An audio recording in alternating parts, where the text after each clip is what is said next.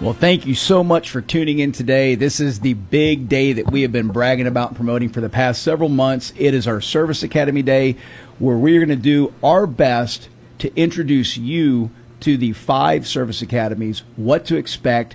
If you have a loved one, a child or grandchild that has demonstrated the interest in participating or joining one of the service academies, we're going to try to give you everything that you need to be prepared, to be informed, to be educated. And I promise you this, even if you're not interested in going to one of the service academies, or you don't have anybody in your family that is interested in attending one of the service academies, you will find this segment interesting because we're going to be talking about some fascinating stuff. Now, in studio with me is my friend Matt Whitley. He is a West Point graduate, former Army Apache pilot, and as a bonus, his father, Bruce Whitley, is here in studio with us, former Army aviator. Gentlemen, thanks for joining me today. You're welcome. Thank you. Thank you. We're going to have some fun. This is going to be very informative, and I'm sure, even though I've kind of been through this process a few years ago with my older son, Matthew, I'm going to learn something today, too, but we've prepared extensively.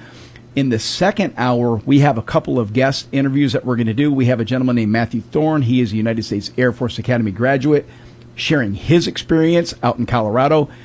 Kent Hepler, he is the United States Naval Academy liaison, sharing with us experiences from the Naval Academy. And then in the final interview, a gentleman named James Ward. Did I mess up the last name? James Wade. James Wade, sorry. He is with the graduate of the United States Merchant Marine Academy, probably the least known of the academies. It's going to be fun, man. I'm going to learn something today. Yeah, it's a unique one. So. Yeah, very unique. So let's start off by this. What I figure we could do is let's talk about the purpose of the academies. And I say this from the lens of a father who both of my boys went to college. Matthew went the Service Academy route, and it didn't really pop up until late on his radar that he wanted to attend the Naval Academy. So he was looking at your traditional colleges, UGA, Vanderbilt, Wake Forest, and then the Naval Academy got added to the mix. But I want to, before we get into the nuts and bolts and all this, I wanted to share the second element to this. My younger son went to Georgia College down in Milledgeville. And I had the opportunity at Matthew's graduation. They had a small party, and they asked me to give a little speech to the group that was there. It was maybe 50 or 100 people that were there, the graduates and the families. And I remember it was important to me to be sure in that speech I included the kids that were there. I call them kids, the guys and girls that were there that were in college but were not attending of a service academy, and how important their role is in this planet. And what I mean by that is this. We're asking these young men and women who go to the academies to serve our country, oftentimes abroad and sometimes in theaters of conflict. But the ones that don't go and serve our country, they have a job too. We need them to be contributing, successful citizens. We need them to be participating in this fantastic experiment, the American dream, so that when those who are serving our country come home, they have a country to come home to. So everybody's got a hand in this to be sure that this is a positive experience. But Matt, I'm going to hand it over to you. Let's talk about the purpose of these academies. What are we trying to do when we're sending these young men and women there? What do we want them to be? So the entire purpose of the service academies is these are the colleges of the United States, much like UGA is the state of Georgia's flagship university. The service academies are the United States federal colleges. The word United States is in the name of the schools, which should ring some bells to people like, hey, this is important. The whole reason they were created is to produce military officers with each of those branches. So that's why the Naval Academy, you send officers to the Navy and the Marine Corps. The reason West Point is actually called the United States Military Academy is because it was the first one. The other ones weren't created, so just generic, hey, all of you are going into the military somehow. But so yeah, the entire reason they exist is to produce military officers for the country. If you're the first one there, you get to name yourself what you want. They got the coolest name in the business. So that's the way it works. Right. All right, well, let's do this. Let's kind of start by breaking down each of the 5 service academies and talk about maybe their inception, what they specialize in, where they're located, and then we can get more into the nuts and bolts of what to expect if you go down this path. Let's start off with the military academy. Oftentimes people call it West Point. Right. If you've never been, if you didn't know much about the academies, Bruce, you and I were talking as fathers I had a huge learning curve, being that I never served, understanding and learning about the academies. So many of our listeners, at a minimum, probably know the Army-Navy game. And beyond that, they may not know much more. So let's go ahead and talk about West Point, Matt.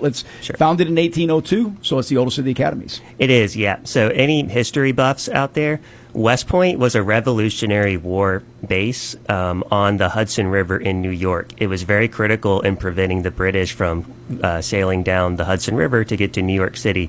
More famously, that's the fort Benedict Arnold handed over to the British. Oh. And huge enemy there. Yeah, West that's Point. right. Yeah, but it was founded in 1802 by Thomas Jefferson to create a military academy for the United States, because every country has a West Point. So the United Kingdom, even like the Middle Eastern countries, everyone has their own version of West Point. So created in 1802. Also history buffs, any famous general you can think of probably went to West Point. Pretty much all of the Civil War generals, more famously, they fought each other. Any Vietnam generals, Desert Storm, all the latest conflicts and stuff. They came out of West Point. Exactly. 2 presidents, Ulysses S. Grant and Dwight Eisenhower, West Point graduates as well. And I love the mission. It says duty, honor, country. That just sums up in 3 words right there. Yep, that's the reason it's so simple like that is when you're in combat, even a famous alumni, Douglas MacArthur, forgot to mention this, pretty much every World War I and World War II general, probably a West Point graduate as well, Patton, all those guys. But yeah, it's just 3 simple words to fall back on when you're leading soldiers to remind you of like what your purpose is leading them and being an Army officer. So let's move on to Annapolis. So you've got the United States Naval Academy, founded in 1845 in Annapolis, Maryland. Obviously, I'm much more familiar with that, right, being that my son went there, so I was able to visit there quite often. Trains officers, many people don't know this, for the Navy and Marine Corps. Yes, the Marine Corps is actually a department of the Navy. So since this is the United States Naval Academy, you have the choice to go into the Navy or the Marine Corps from there. Some of the notable graduates include Jimmy Carter, John McCain, and then Roger Staubach, former quarterback for the Dallas Cowboys. Exactly. Won the Heisman Trophy there, too. College football is a big deal, but I don't think there's any bigger game than Army-Navy. No, and I want to clarify, the Army-Navy game is not like the movie The Longest Yard, where you have just a bunch of soldiers and sailors playing each other. It's college football, so It's West Point versus the Naval Academy. It is big deal. Yeah. Big deal. Have you been able to attend some of those games, Matt? So you have to go as a cadet or midshipman. Yep, okay. But my unit did the flyover there in 2014, and then I went back again as an alumni. That is too cool. Yeah. That is too cool. Dad, did you get to go to any of the games? I visited the Naval Academy before on a tour years ago, but no, I did not go to an Army-Navy game. I did come up to see Matthew several times when he was at West Point. Enjoyed those visits. My wife and I it was really enjoyable to get out and see all the activities. As an ROTC graduate from the University of Georgia, I played military in college. Yeah. I mean, I'll admit it. It was a lot of fun. We enjoyed it. We had maneuvers. We did some training on the weekend. We had classes every day, all the way freshman, sophomore, junior, senior. Between your junior and senior year, you go to what they used to call summer camp, where for 6 weeks you went through basic training as a cadet, preparing to be a second lieutenant. And then when you graduate, then you go into the Army, just like the West Pointers do. But the difference was, as I dealt more with Matthew and through this, that's 7 days a week at West Point. That's right. 7 nights a week. It's nonstop, long days. And I did explain that to him before he went, that University of Georgia would be enjoyable. You'll be a second lieutenant. You will probably have the same jobs. Most of the officers that I work with as an armor officer and later as an attack helicopter commander, most of them were ROTC graduates. There's a few West Pointers scattered in there, but it's a different way. But as I explained to him, a graduate of the University of Georgia is a great degree. It's wonderful. It's prestigious. But West Point is still West Point. Yeah, special. It's different. It'll carry you further in life after college. It has more implications to it throughout, like the Naval Academy. No doubt. It's special. It's a unique experience. You're listening to the Marc McMain Show. Our guest, Matt Whitley, West Point graduate, former Apache pilot for the United States Army, and his father, Bruce Whitley, former Army aviator. The United States Air Force Academy. So this is the youngest of the 5 service academies. Tell us a little bit about the Air Force Academy, Matt. Yeah, so I was founded after World War II because the Air Force was part of the Army, and so if you want to go fly planes or aircraft, that's where you go, is the United States Air Force Academy. And now with the Space Force, you can also go into the Space Force from there. So it's much like Naval Academies, Navy, Marines, Air Force, Space Force. So you would serve your 5 years in the Space Force? Yes. Is how that works. Yep. Fascinating. Exactly. Fascinating. So, Chastity, we're up to speed now. We've done 3, and we're going to go much deeper than this. We're just scratching the surface right now. These are teasers, but you've got West Point, you got Annapolis, and you got the Air Force Academy. If you had to pick one, are you an Air Force girl? Which way are you going? Absolutely, Air Force. Because you're not going to land a plane on an aircraft carrier. This is totally my element right now. All right. You're having fun with this, Yes. aren't you? All right. Chastity's our resident pilot here, or soon to be resident Hey, pilot. we have 2 other pilots here too. That's So- right. Hey, we need to have our own. We need to have our own helicopter here for the Well, I WMOQ flew studios. airplanes also. I got 1,000 hours of airplane time. We need to put a little go. airstrip out in the back Yes. of the WMOQ That'd be studios. perfect. And they always said, if you want to stay clean, you want to be treated like a gentleman, Air Force Academy is the way to go. There you go. Yeah, that is a fact. That is very true. Big difference in they're a tough school academically. Don't mean to make a joke of Sure. it, but if you're talking about the Army, the dirtiest, and the Marines, the dirtiest, the Naval, being on a ship is not all clean and Right. But the Air Force, listen, when they set up they set up at air bases, not airstrips. Right. So A-10s may land on a strip, but most of the jet fighters for the Air Force, they land on 10,000-foot runways with a BOQ, Officers Club, and all this. Even in Bahrain or wherever, they have all that.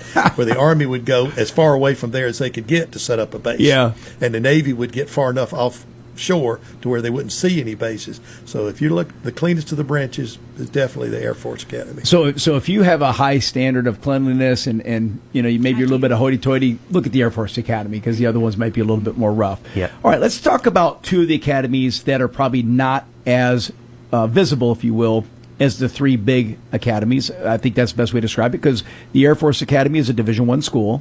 West Point Military Academy is Division I school. Yep. Annapolis is a Division I school. But now you got the United States Merchant Marine Academy. Matt, cue this up for us. Yeah, so this is for the Merchant Marine service. It's a uniform service basically for freighter and cargo ships that go across, and they need military officers on those ships. And that's why it's not really well known. It's not the Marine Corps, it's the Merchant Marines. And you're really only thinking of this school if you want a career in the maritime industry. Yes, that is where you should go because they will set you up for that. And actually, you spend one of your 4 years at sea, an entire year at sea. So you have to fit 4 years of a service academy experience in 3 years. Wow. Okay, that's unique. All right. Yep. And one other thing I don't think a lot of people realize is all of these service academies require a minimum 5-year commitment to the United States military, whatever branch you've decided to go.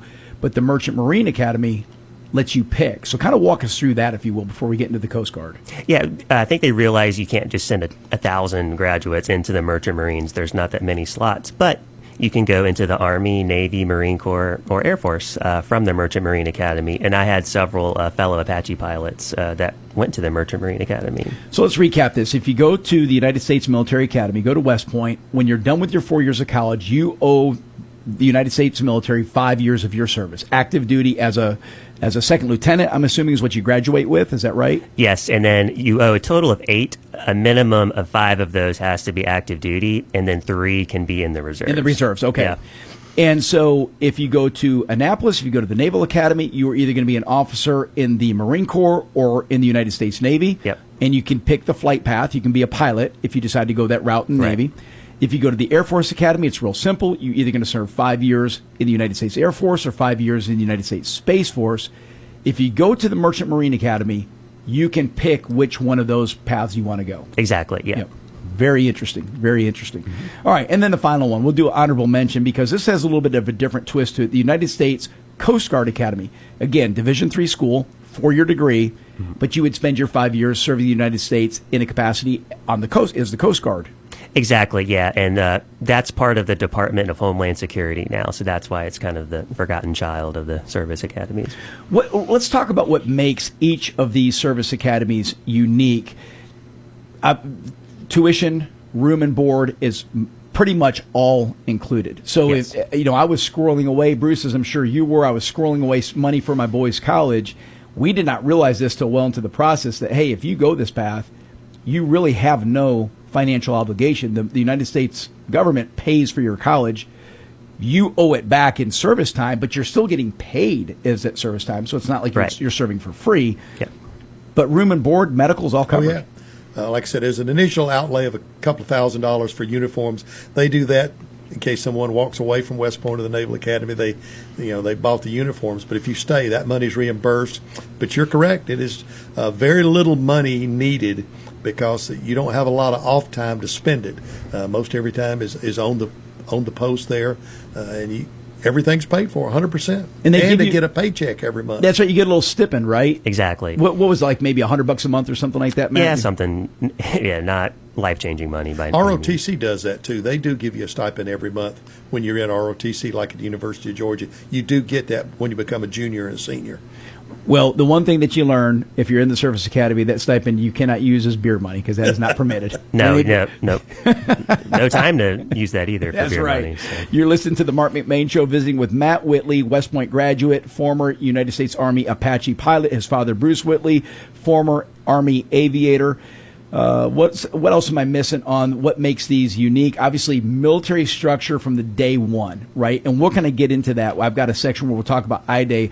But even though you are in college, you are living a military lifestyle, and you are considered active duty military at that point. Yes, you actually fall under the Uniform Code of Military Justice, which is the military's legal system. You are in the military, you get a military ID, and you are treated as such. So. And God forbid if something was to happen, you could be called to active duty immediately, even while you're in college. Yeah, that would be worst case scenario. Right, worst case scenario. Which happened in World War II. Did it really? They pulled some out, but I mean, most of them, they graduated some of them early because there was a dire need for officers at that time. And so they pulled them right out of the academy. They graduated them early. Lots of 1943 and 44 graduates. Multiple graduations happened during World War II. Interesting. Let's talk about something else, too. Misconception. If you go to UGA, let's say, for example, and you struggle and you're a little bit behind, you can take a fifth year to get your bachelor's degree. Maybe, I know some people that have gone there and it's taken them 6 years to get their bachelor's degree. Or vice versa, you have some kids who take college prep classes in high school. They go to UGA and they only have to go for 3 years. When you pick a service academy, that's different. Yeah, that is 47 months. And it's like that for a reason because, again, the whole purpose is to produce military officers. So they have a 47-month program to do that. There are mandatory requirements you're supposed to do as a freshman, sophomore, junior, and senior. There's no getting ahead. And if you spend 1 second longer than 47 months, you have screwed up somewhere. That's right. Yeah, and they do have people that don't get accepted till after they're finished their freshman year of regular college, like at a university or somewhere. If they go to West Point, they still have the 47 months. The year doesn't transfer and count. Well, I'm glad you brought that up because if you do go this path and we're going to get into the application process and how, what steps you take. But if you do go this path and you find out that you are not initially accepted, there's another path through what they call the prep schools, right? The military. Can walk us through that real quick, Matt? So each service academy has their own preparatory school, which was made for enlisted soldiers and sailors and airmen to give them a year to go take college classes and get them used to like an Ivy League education. That's what the prep school is for. Now it's more so for like redshirting a lot of the athletes there. And it's if you don't get in right away, you can go to the prep school and then do a year there, and they have slots for you to get in that way. Yeah, so it's 1 year, and like you said, Bruce, that 1 year does not count towards your 4 years at the service academy. Correct. Yeah. All right, you're listening to the Marc McMain Show. We're going to take a quick break, come back with Matt Whitley, Bruce Whitley. We're going to talk about what you need to expect and what is expected of you if you decide to go this path. We'll be right back.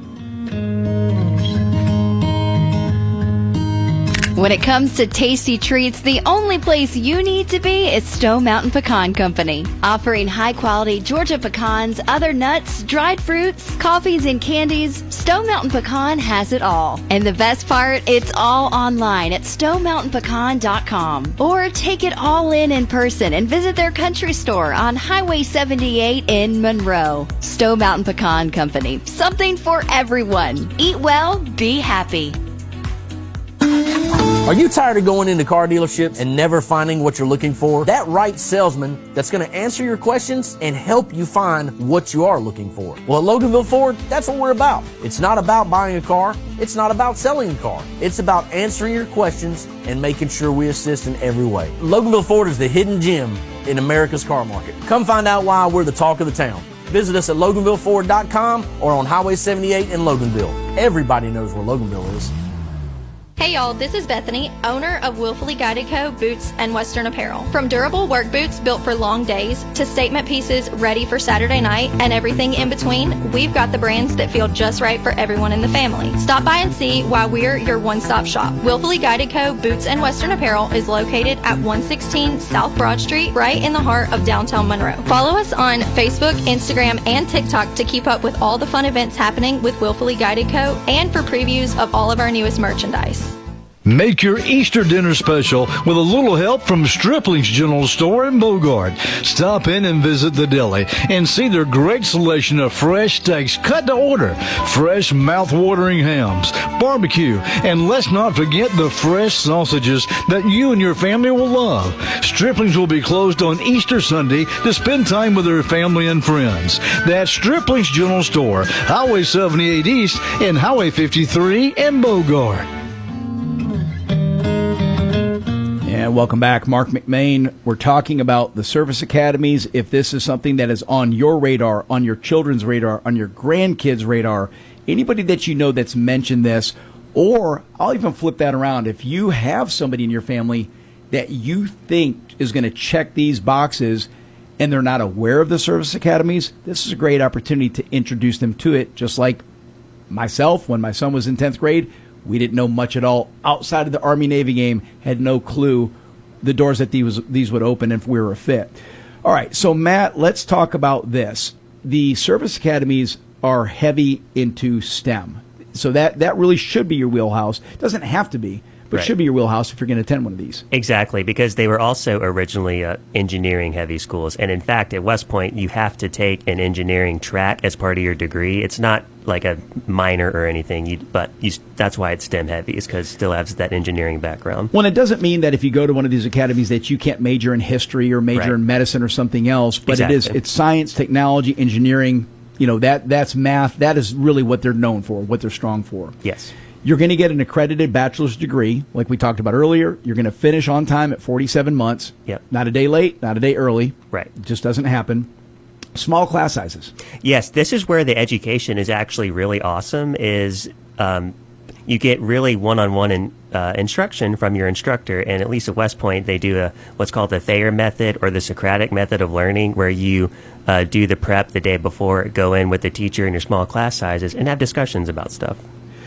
Something unique that I noticed from Bruce, maybe you realize this, when we were touring the academy prior to Matthew applying to the academy, if you will, or prior to him getting his appointment, when we're walking on the campus, I noticed how every midshipman that was walking around, two things, no phones, and everybody's eyes were up, making eye contact with you. Now, I think part of that is because they have to be sure that there's not an officer walking by that they need to salute. Exactly. But contrast that to maybe an experience, when we went to Vanderbilt, that was quite different. Everybody's just kind of heads down in their phone. Nobody's engaging. So two different worlds. Oh, yes. Night and day. And the place was clean, immaculate. Yes. You also, when you talk about instructors, one other thing that might not be aware, I don't know the ratio, but there are a lot of Army officers that are professional Army officers that do a tour and go there and teach at West Point. You have also civilian instructors that are there for a career. And then you have some Army officers. Matthew's got a friend that's going to go back. They taught there for a couple of years. He's going to go back later and make a career of being a professor at the West Point. Wow. Exactly. And the reason all of your teachers are Army officers, at least at West Point, same for the other academies, remember, it's a 47-month leadership laboratory. So in addition to instruction, they mentor you on being an officer as well. Yeah, so like we said earlier, your first, if you're considering one of the academies, your first box you're checking is you want to serve this country. Right? That's the first thing that you need to have on your heart. Or you're not going to make it through that 4 years of rigor and demand. You have to understand the end purpose. You can't go there and say, well, I'll go there and see how it works and we'll see how it goes. You got to have a clear mindset that this is going to be hard. I'm tough. I'm going to be able to make it through. because it's challenging, man. Some long days and long That's nights. right. Yes. And that you want to be a leader. I mean, because Yes. that's what they're doing is they're turning out leaders. So you're Yeah. going to lead men and women possibly into combat, but at a minimum, you're going to be leading men and women in the military. Exactly. And in dangerous circumstances, regardless of what you do. So Matt, when you're there, and let's say you've been accepted, and you've been given an appointment, you are doing your regular task as a student, a college student would, but there's a lot more to that. You're getting up early, you're doing physical training in the morning, you're doing military training, so it's a full encompassing experience from education to military experience. Exactly. One, you have zero free time, zero. So you have 18 to 21 credit hours just in academics. Then you have physical requirements and all your military training too that you have to fit into one day, every day. No sleeping in. No, not at all. I mean, mandatory time in the room once you finish the day for study. And then senior cadets come by and check on you to make sure you are studying, don't they? Yep, they do. And they do the I guess, are they still called is it the physical readiness exam, the PRTs, is that what they call them? So where they're checking you to be sure that you're up to date. So push-ups, sit-ups, running. So there's certain benchmarks you have to maintain. Yeah, you still have to do a physical fitness test Yep. frequently. And then what about the uniforms and making your bed? Walk us through all that good stuff. Well, I went to grad school at University of Georgia. Kids just strolling in late or just not going at all. I just laughed because not only did you have to be early to every class there, your uniform had to be immaculate, and your teachers, their Army officers, would inspect your uniform. And you would get in trouble if it was dirty. I should also clarify, all the teachers have master's degrees and PhDs from Ivy League schools. They're not just, you're not getting taught by nobodies. These are elite level instructors. They went to the best schools in the world for a And reason. the Army has paid for a lot of most of their education to get those masters and PhDs. Exactly. It comes full circle that way. You're listening to the Marc McMain Show. We're talking about the service academies. Anything that you want to know, we're going to try to cover it today. Even if you don't want to know it, you're going to find this to be very informative and hopefully entertaining. I think this is just good stuff to learn and know, even if you don't have somebody that wants to go to one of the academies. Chastity, I get the impression at these academies that, you remember we talked about people showing up at the airports in pajamas? Oh, yes. That doesn't fly No. in Annapolis or at West Absolutely Point. not.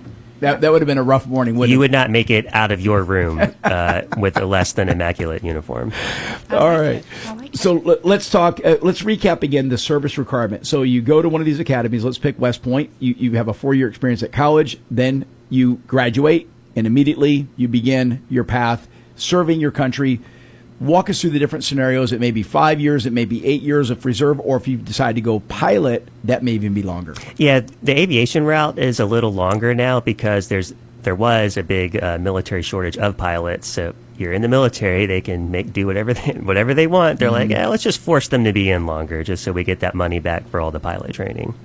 What is the when you graduate from West Point? Let's talk about some of the career paths that you may have in the military. What would some of those be? You don't have to cover all of them because I know there's quite a few, but let's kind of walk us through what West Point would have. Sure. So the Army has sub-branches, different jobs you can do in the Army. Like you can be a tank officer, an infantry officer on the ground, artillery. You can be an aviator like I was, and my dad. You can be a pilot. My dad was a tank officer before going to flight school. Interesting. Okay, I know that, Bruce. Yeah, when I went in, you could not go straight into aviation. They wanted a commitment out of you. You had to spend a couple of years in the Army before they would allow you to go to flight school. Interesting. It's Okay. rare that you went straight in to aviation. So you had to earn your way into that. Well, almost. it's just thought of the Yeah. way the system was. They didn't want to send you to flight school as you were brand new, I guess, and invest all that money. But that's the same way I got in. I went to the Armor Officer Advanced course as a senior first lieutenant, and got some guys talking me into it. And I applied for flight school, took the test, got accepted, and then went to Fort Rucker and went through 9 months of flight school. At that time, it was 9 months, and then after that, went through 6 weeks of Cobra training, attack helicopters. Wow. Well, and if you go to the Naval Academy, your options are going to be surface warfare, so on an aircraft carrier, on a destroyer, on a frigate, submarine. That's not for everybody. No. It's If you're claustrophobic, no. that is don't do not that. for everybody. Exactly. Yep. Because you are spending a long time underwater at any given moment in the submarine. It may be a 3-month tour. Who knows how long you're Yes. underwater at that 3 months. The only reason a submarine comes up is to get more food. Yeah. See, they have water. They have an endless supply of water. That's They have right. endless supply of energy. Unless they're in a battle, they have an endless supply, really, of ammo. But they do run out of food. In cramped quarters, They big run time out. cramped quarters. So Oh, they yeah. if they had to, they could stay under I guess, an indefinite amount of time. Yeah. Very important job, though. Oh, yeah. Oh, yeah. Aviation is a path that you can take, the pilot path in the Naval Academy. And then, like you said, the Marine Corps. And if you decide to go Marines, there's two different paths you can go in the Marines. You can go Marine ground or Marine pilot. Exactly. Marine air. And there are other segments of that. I mean, they have supply and service. You have ordnance. There are other things other than the major combat roles. Even in the Naval Academy, they come out. They're not all combat ship people. That's right. They have a lot of support and supply, and you've got to have good officers in that too, well trained, Supply side. That's right. Understanding the mission. If you heard the general, along with President Trump on TV the other day, he was saying he was really the Secretary of the Defense of the War was explaining how important it is. All these support elements are. If you don't have the bullets and beans, you can't fight. Well, in the Air Force, then, your path's going to be pilot, space operations, intelligence, cyber. And you notice cyber is in every one of these. Matter of fact, Yes. the biggest, newest building in Annapolis on the United States Naval Academy campus is their cyber building. Yeah, increasingly becoming more important. Yeah, big time, right? We're finding out now that this is where some of the warfare is actually being conducted is via computers. Yep. Let's talk about who is the ideal candidate. So I've got a couple things queued up, Matt, and I'm going to let you take this and run with it. Sure. Start off strong GPA. Yes. Basically, you need to be like the golden boy or girl in your school, and that's who they're looking for. They want the best.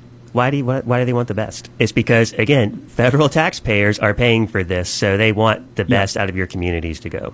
Strong SAT or ACT scores or whatever. Is there a new test that they're issuing now? Yeah, it's the classical learning test, which is just reading about like classic literature and stuff, but they want more options for candidates. So AP courses is beneficial if you have some of those as well. However, don't take AP courses and tank your GPA because a high GPA is more important. More important than the AP. Exactly. And I had that discussion with a few of Matthew's teachers about AP courses at George Walton Academy.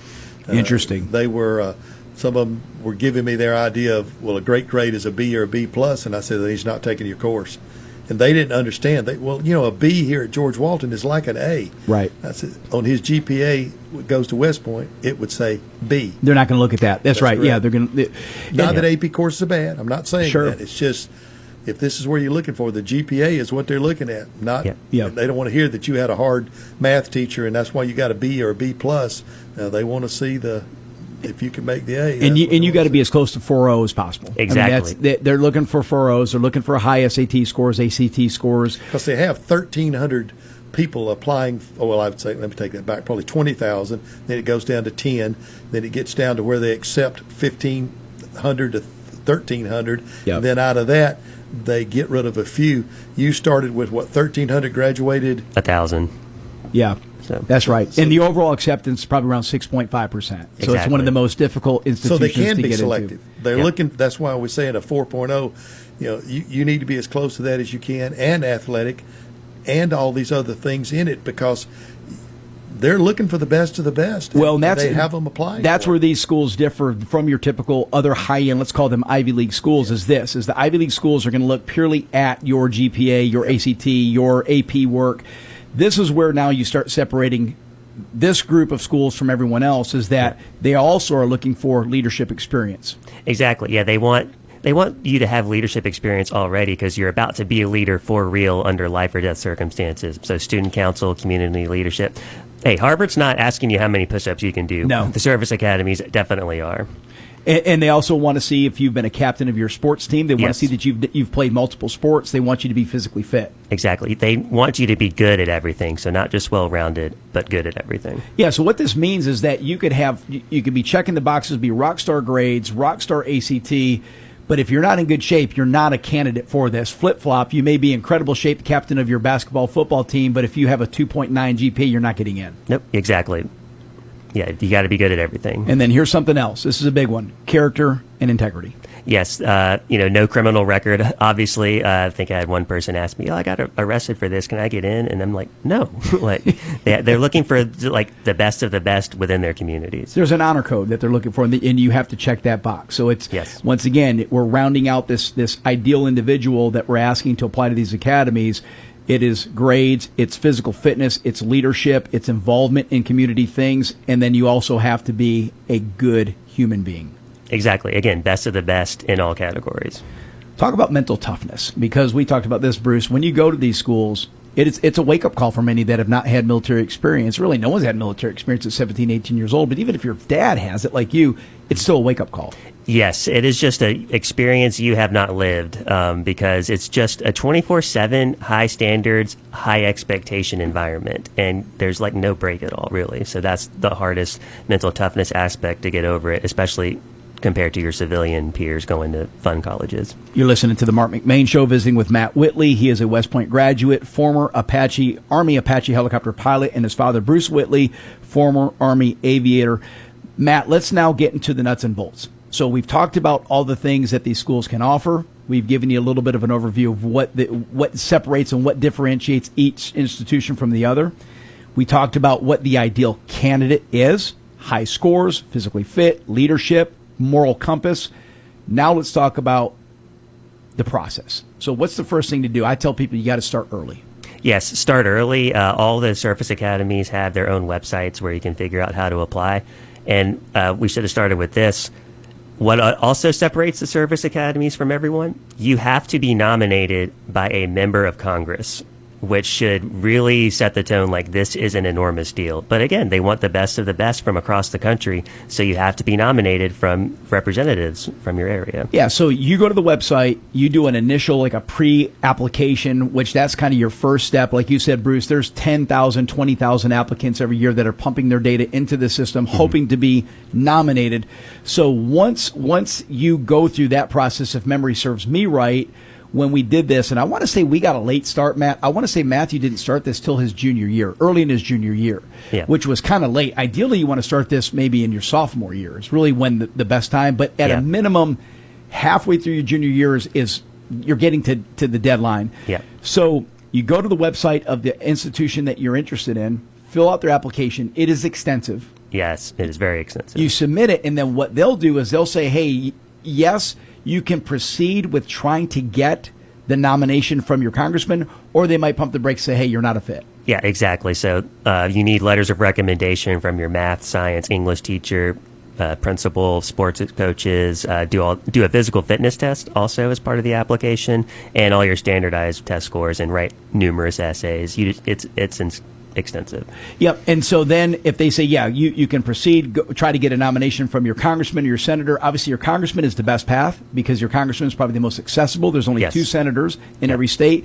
Georgia has multiple congressmen, and it's broken down by district, so their offices are probably right in your backyard that you can go and begin the process. Let's talk about that real quick, and let's talk about the congressional interview. So let's say you submit an application.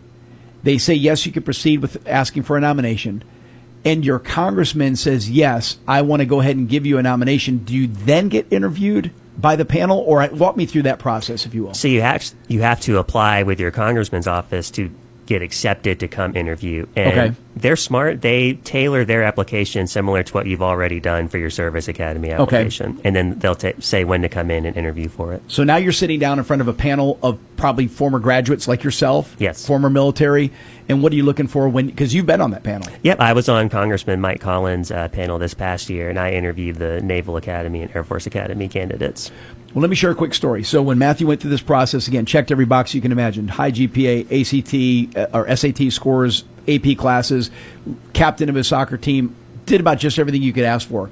When he got to that point there where he was being interviewed by the nominating board, he walked out. I went with him, and he walked out, and I said, how did it go? He says, great. He says, so what did they ask you? They said the only thing they asked me was about a program that I had started where I was tutoring like first graders. Yeah. So they assumed everything else, and they wanted to find out what makes you different. Exactly. We had all of their packets. We had their GPA and everything. We just wanted to see how they would react to random questions and just get them thinking about stuff. It's just that the intangibles that don't appear on paper is kind of what they're looking for. And you have people vetting you to make sure you're the right person to lead America's sons and daughters in the future. This is your big chance. When you're in front of that panel, this is probably your make it or break it point. Exactly. If you've made it that far. Yeah, see if the in-person matches what's on paper. What's on paper, yep. So you've applied, you've been given permission to seek a nomination, you go to the interview process, the panel interviews you, and then at that point, do they then say, hey, yes, we're going to recommend you to be approved? Is that how what the next phase is? Yeah, basically, then your congressman's office will say, "Hey, you've received a nomination," and then if your application is complete, that's usually the last step for people. Then it's just up to the academies to whether they accept you or not. Yeah, because you're not out of the woods at this point. You still haven't passed. So now the academy then has to formally say we're going to offer you an acceptance to our academy. Yes, exactly. And that comes in the form of a letter. Yep, a form. Yeah, so about like 20,000 people seek this application for the academies. I think about 5,000 get a congressional nomination, maybe 3,000 to 5,000, but only 1,300 get accepted. So. Wow. I remember that day. I cried a little bit, Bruce. Did you? Well, I'm telling you. You get teary-eyed? At prior military, all this, I didn't know. I got a phone call. It's from the congressman's office saying that Matthew had been selected from them to get an appointment to West Point. I was like, I honestly said, okay, what does this mean? They said, well, we're submitting the application now to West Point. So West Point still has to approve it. And they said, yes. But they did call and tell me that. And Matthew called them, talked with them. And then we went through and then waited. It wasn't, I don't know, a few weeks. Yeah. It wasn't that long after that. And we got a letter from West Point saying he was accepted. And it's it's daunting when you first think about it. And even after that, we sat down and had a discussion. And I said, okay, because as I recommend to everybody that's applying for one of these service academies, you've just given the figures, 20,000, 10,000. You need to be looking at another university.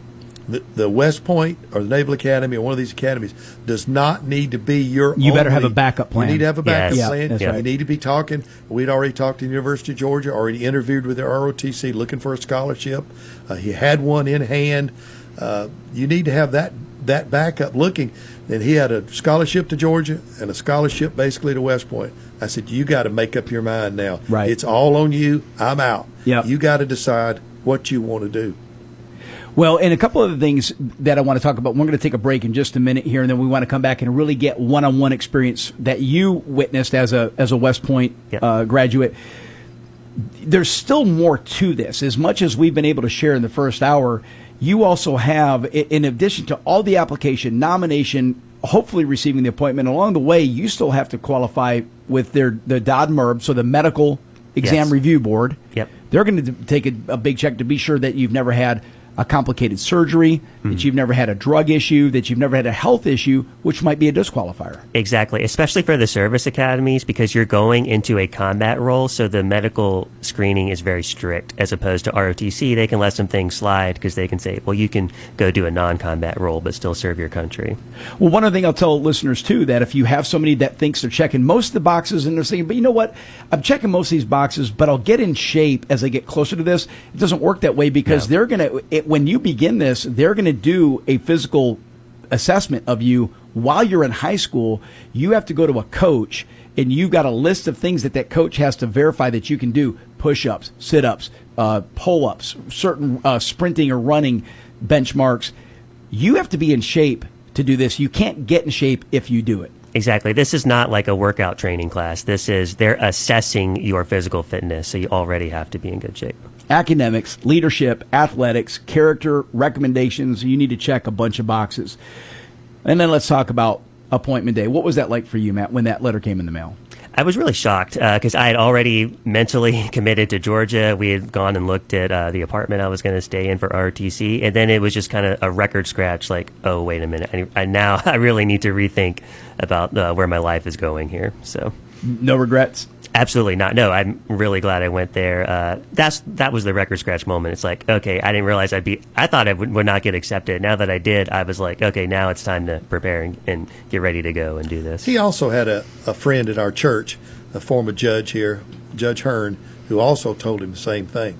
His daddy was Adjutant General of Georgia, retired 2-star general, posthumously promoted 3-star general, and George was in the Georgia National Guard for 20-some-odd years. Retired lieutenant colonel, judge, local politician here. And Matthew talked to him once, and he said, what do you recommend? He said, son, let me tell you, there's only one thing that I regret in my life, really. He says, not going to West Point. Think of that. That's a senior judge, Yep. retired Army officer. That's the only thing I really saw to regret in my life. Yep. It's not going to West Point. I had the opportunity and didn't go. So that's a heavy burden to lay on you, but you still got to decide yourself. You do. It's a big decision. This is the Marc McMain Show, visiting with Matt Whitley, Bruce Whitley. When we come back, we're going to talk about Matt's firsthand experience at West Point, and we're going to start off with what is called our day. The Naval Academy calls it I Day. This is the day that mom and dad drop you off. It is a life-changing experience. I think we were all like deer in the headlights. I'm sure it was the same for you guys. Our listeners have to hear what that day involved, because it's a big deal. It's a splash of cold water. We're going to take a quick break, and we'll be right back.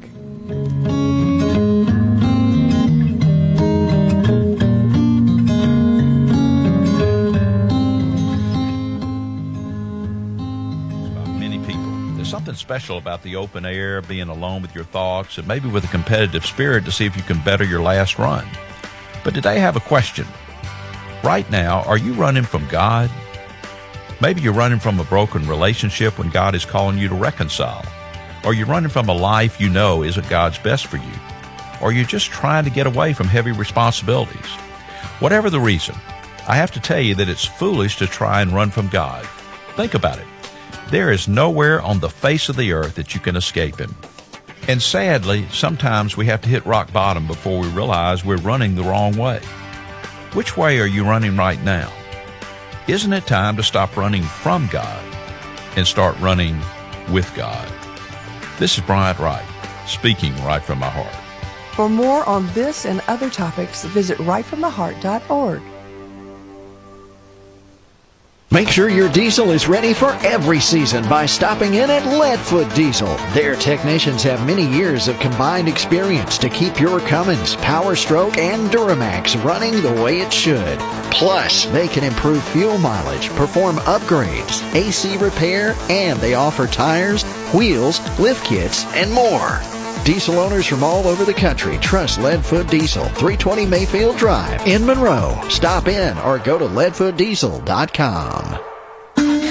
Are you tired of going into car dealerships and never finding what you're looking for? That right salesman that's going to answer your questions and help you find what you are looking for. Well, at Loganville Ford, that's what we're about. It's not about buying a car. It's not about selling a car. It's about answering your questions and making sure we assist in every way. Loganville Ford is the hidden gem in America's car market. Come find out why we're the talk of the town. Visit us at LoganvilleFord.com or on Highway 78 in Loganville. Everybody knows where Loganville is. When it comes to tasty treats, the only place you need to be is Stone Mountain Pecan Company. Offering high-quality Georgia pecans, other nuts, dried fruits, coffees, and candies, Stone Mountain Pecan has it all. And the best part, it's all online at stonemountainpecan.com. Or take it all in person and visit their country store on Highway 78 in Monroe. Stone Mountain Pecan Company. Something for everyone. Eat well, be happy.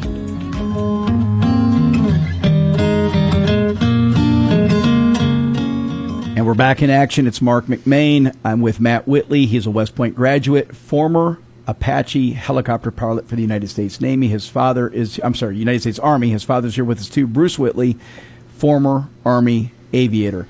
So, Matt, let's do a quick recap. You've gone through the process. You applied. You got nominated.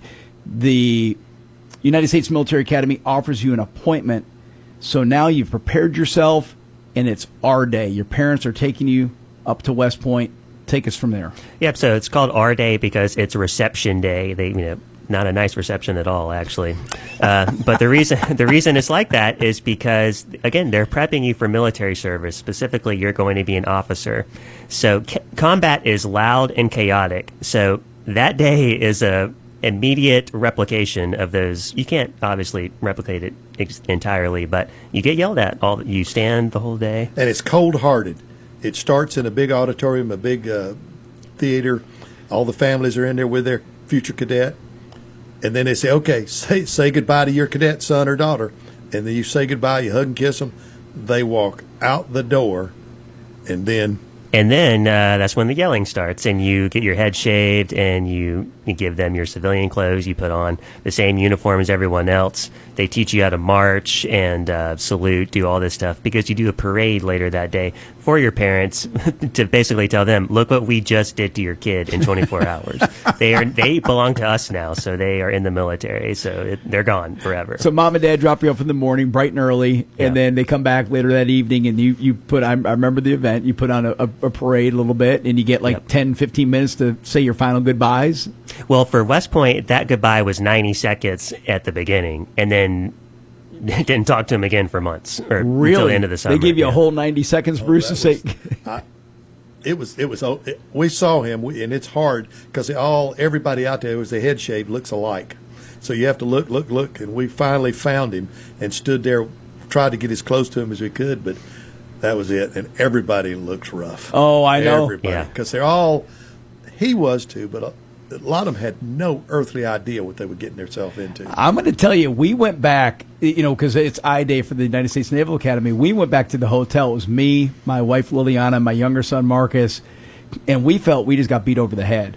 I mean, Liliana just went straight to bed. She was miserable. She's already crying, and it's like, wow, what did we just get ourselves into? Yeah, and I was on the flip side of that as a junior. I was in charge of some freshmen for their R-Day. So much fun, and the alumni parents that drop their kids off just have a blast. And here's a quick story. I was listening, and one alumni parent was like, "I see my son over there," and all the other moms like, "Oh my God, where?" And he goes, "He's the one with his head shaved," and just laughed and walked off, and they were furious because they know they're going to know they're going to get through it. It's just a hard time, it's a bad time, but it's a significant learning experience on how they're going to react to that day. And if they don't react, and it's unfortunately, this is why they got to have some idea what they're going to do. He had people quit on the bus. We saw it. We saw it happen. People go through that whole process, and then they quit on our day or I-Day. And took a slot away from another deserving young man or woman. It's okay for them to quit. I understand that, but you should have made the decision up before then. That's why it's got to be. Yeah. Matt, tell us about the first summer. So this is now you're getting in the groove. Tell us what it was like at West Point. I would compare it to you're in a fraternity pledging, but you're doing Army basic training. That's the combination. That's the hazing. Yeah, it's not as bad as fraternity hazing because it's a very political environment because you're in a federal service academy, but it's not fun. You have to memorize an entire book of West Point history because you're in a 200-plus-year-old institution. Yeah. But you do Army basic training requirements like shoot a weapon, land navigation, so that's the fun part. And then what about when the first school year started? What was that like? Again, you are still in college, so I had to have a quick reality check. You just did this summer of fun stuff, and then first day of class, it's like, oh yeah, I'm in college still. Yeah. But that's when the heavy academic workload started. Now, going to George Walton Academy, probably prepared for this, but still ultra tough rigor. Very, very hard. Yeah, it's an Ivy League level education, so it's very difficult. How did you manage the first year? Was it a learning curve for you to manage your schedule? So you actually have a sophomore that's in charge of you, and they kind of, if they're good, show you how to. They start building your time management skills. But again, you have mandatory study hours for a couple hours after dinner where you can work on prioritizing each class and taking care of homework and stuff. So in the Naval Academy, first-year students are called plebes. What's the name for West Same, Point? plebes. Plebeians, like in the Roman times. So, yep. Were you kind of treated as the underdogs or as the low-down dogs? You were the butler, the janitor. You did everything in the barracks there. So. And then, so at what point do you feel that you got into the rhythm and you're like, hey, I got this. I can handle this? It was actually second semester when they sent out class rankings. And when my dad and I talked about this, he was just like, just survive there and graduate. Like I had no ambitions of being like anywhere close to, I thought I was going to graduate the last ranking cadet. And then they sent the class which is also a second lieutenant. Yeah, that's right. Still an officer. Yeah. But when the class rankings came out, they were like, "Oh, you're in the top 20% of the class." Wow. I called him. I said, "I might actually do very well here. I may have found my groove. This structure is allowing me to succeed here." So. And now let's talk about when did you get to see mom and dad? So they dropped you off at our day, emotional experience, a little bit. Again, dad was military, so he probably wasn't as shocked as others. But the gap between when he dropped you off at our day and when you got to see them the first time. So it's in August. They have A Day or Acceptance Day where they're like, hey, look, you graduated your plebe summer, so you're now, a plebe. So if you don't make it through that summer, you don't get to go to this. You're out. Yeah, you're out and you're out. You're done. Normal college. Dad, do you remember when you got to go back for the accept? Or what was it called again, Matthew? A-Day or Acceptance Day. Acceptance Day. That's when the parents can kind of come and visit you. Well, it starts out, they have a giant parade, and then they have the field is filled up with all the soldiers, and they're out. I mean, all the cadets are out on parade, and it's impressive to see all that. And then after all that is over with, it's when you finally get to see. Hang out with them for a day or you get some two. social time for a little bit. Yeah, exactly. You're listening to the Marc McMain Show, visiting with Matt Whitley. He is a West Point graduate. We're learning about his experience, his first year right now, in his time at West Point. Who marches better, Matt? West Point or Annapolis? West Point, 1,000,000,000,000%. I have to admit, because you're right. we do it all the time. Well, you can see at the Army-Navy game, when you see the difference between the two. You guys have tight lines, tight formation. Navy, not quite as much. It's because we did that for hours. That's at West Point, they have a giant parade field, and it's outside the barracks. It's like a big spiral outside the barracks. And so when you sit outside and you're waiting for them to start a parade, and all of a sudden they start coming out of all these tunnels, companies here, companies there, and they just start coming out, and they all come out and they form up together. And they practice that. And it's practice good that, stuff. It is. I never got tired of going back and watching the parades. That was just something as a parent we enjoyed. I know probably for cadets or midshipmen it gets a little bit long in the tooth, but for his parents it's a proud moment. I never want to see one again. In March, you had in between the winter and spring, you had another parade for just the freshmen. Wasn't it? Just it's plea parent weekend. Yeah. So, and I didn't think we'd be going back. And he called me up and said, "Well, I'm going to be a company commander." And I said, "What does that mean?" "What do you mean, a company commander? Thought y'all were all plebes." He said, "Well, we're having plebes, and we're going to have a plebe parade, and I'm going to be a company commander." So you're already in a leadership role in the academy. Yeah, within the plebes. Yeah, within the plebes. 4 months in. Yeah. Just for this parade. So we went up to see that, and I couldn't. It was really emotional when they start marching out. You know, they got all the freshmen, and then here's Matthew comes out first. And the first company as a commander out front, it's all like, wow. What a neat honor. Wow. That's great. Yeah. Tell us about the rest of the college experience. So the first year, a little bit of culture shock. You find your groove. Now you said you're accelerating your top 20% of your class, so you know that you found your groove. How did years 2, 3, and 4 go? Did it go quicker than you thought? It did not go quick at all. It was the longest 47 months of my life. But the higher you get up there, you're in charge. That's where you start building your leadership style. So as a sophomore, you're in charge of 1 or 2 plebes. As a junior, you're in charge of sophomores and plebes. And then as a senior, you're in charge of juniors, sophomores, and plebes. And he was a company commander, a real company commander, as a senior, which give him a ton of responsibility. Of course, you only do that for half the year, and then you swap out with someone else. But and that adds more rigor to your daily because schedule. now you have your normal. You got your classes, your studies, your exercise that you still have to do. But now you have leadership responsibilities that are being bestowed upon you that you have to also fulfill. So exactly, it's a long day. Yes. All right. So let's fast forward to the end of your senior year. You know that the commissioning week is coming. What is that like? So this is where the service academies give you the red carpet treatment, because the graduation speaker rotates between the president, vice president, secretary of state, secretary of war, or the chairman of the Joint Chiefs as a last resort. You get it's just a week long full of parades and banquets and dinners, and the graduation ceremony is first class, top notch. I mean, you have the top people in the country there for a reason. And along the way, as each year progresses, you get more and more liberties. Like maybe I know in the Naval Academy, after year 2, I think you can start wearing civilian clothes when you're not actually on campus. Yes. Similar for West Point? Yeah, and you get more chances to get off post. West Point's an hour north of New York City, so senior year, I was in New York City all the time, just taking a weekend pass and going down there, seeing friends and stuff. Yeah, so then as this goes on, your college experience becomes a little bit more normal. Yeah, because you're about to be a real officer in the Army, so they're like, we can't just have you be a zombie. You need to go out and socialize and do stuff. And when you received your commission, do you remember what that was like when you knew what path you were going to go on? Yeah, so prior to that, in senior year, we found out what branch of the Army we were going into. So you put in a selection, correct? Yeah, and based on your class rank, because not everybody is going to be a pilot, which is what I wanted to be. So it's based on how high you were in the class. But I was so ready to get out of there, tossed our hat and became an officer, and I could not leave that campus fast enough. Have you been back to visit? I flew over it in an Apache once, coming back from a training exercise, but no, I've not been back there yet. Well, graduation week is a week. I mean, it was enjoyable. We had the most fun. His sister came up, spent time with us, and we were up there. My brother, the retired colonel, and his wife, my other brother, we had our whole family up for the parade and the commissioning ceremony. I mean, that is an elaborate experience. I mean, it is memorial to your life. that week-long It is. party. Yeah, it's a big deal. I mean, it is something else. All the pomp and ceremony. And like I said, even if you don't like the politician that's up there, the president of the United States or the vice president of the United States shakes hand with your son or daughter and gives them their lieutenants. Think of that. Think about that. Yep. No, it's a special deal. And you're right. It's a full week of celebration. You rent a house. You have family come in. There's parties. There's events. It is really a special culmination of that 4 years of hard work that you put in and now preparing and celebrating your next venture in life. Yeah. You're listening to the Marc McMain Show. We are going to take a quick break. When we come back, we have Matthew Thorne. He is a graduate of the United States Air Force Academy here in studio, and we're going to get firsthand experience of his experience. Stick around, folks.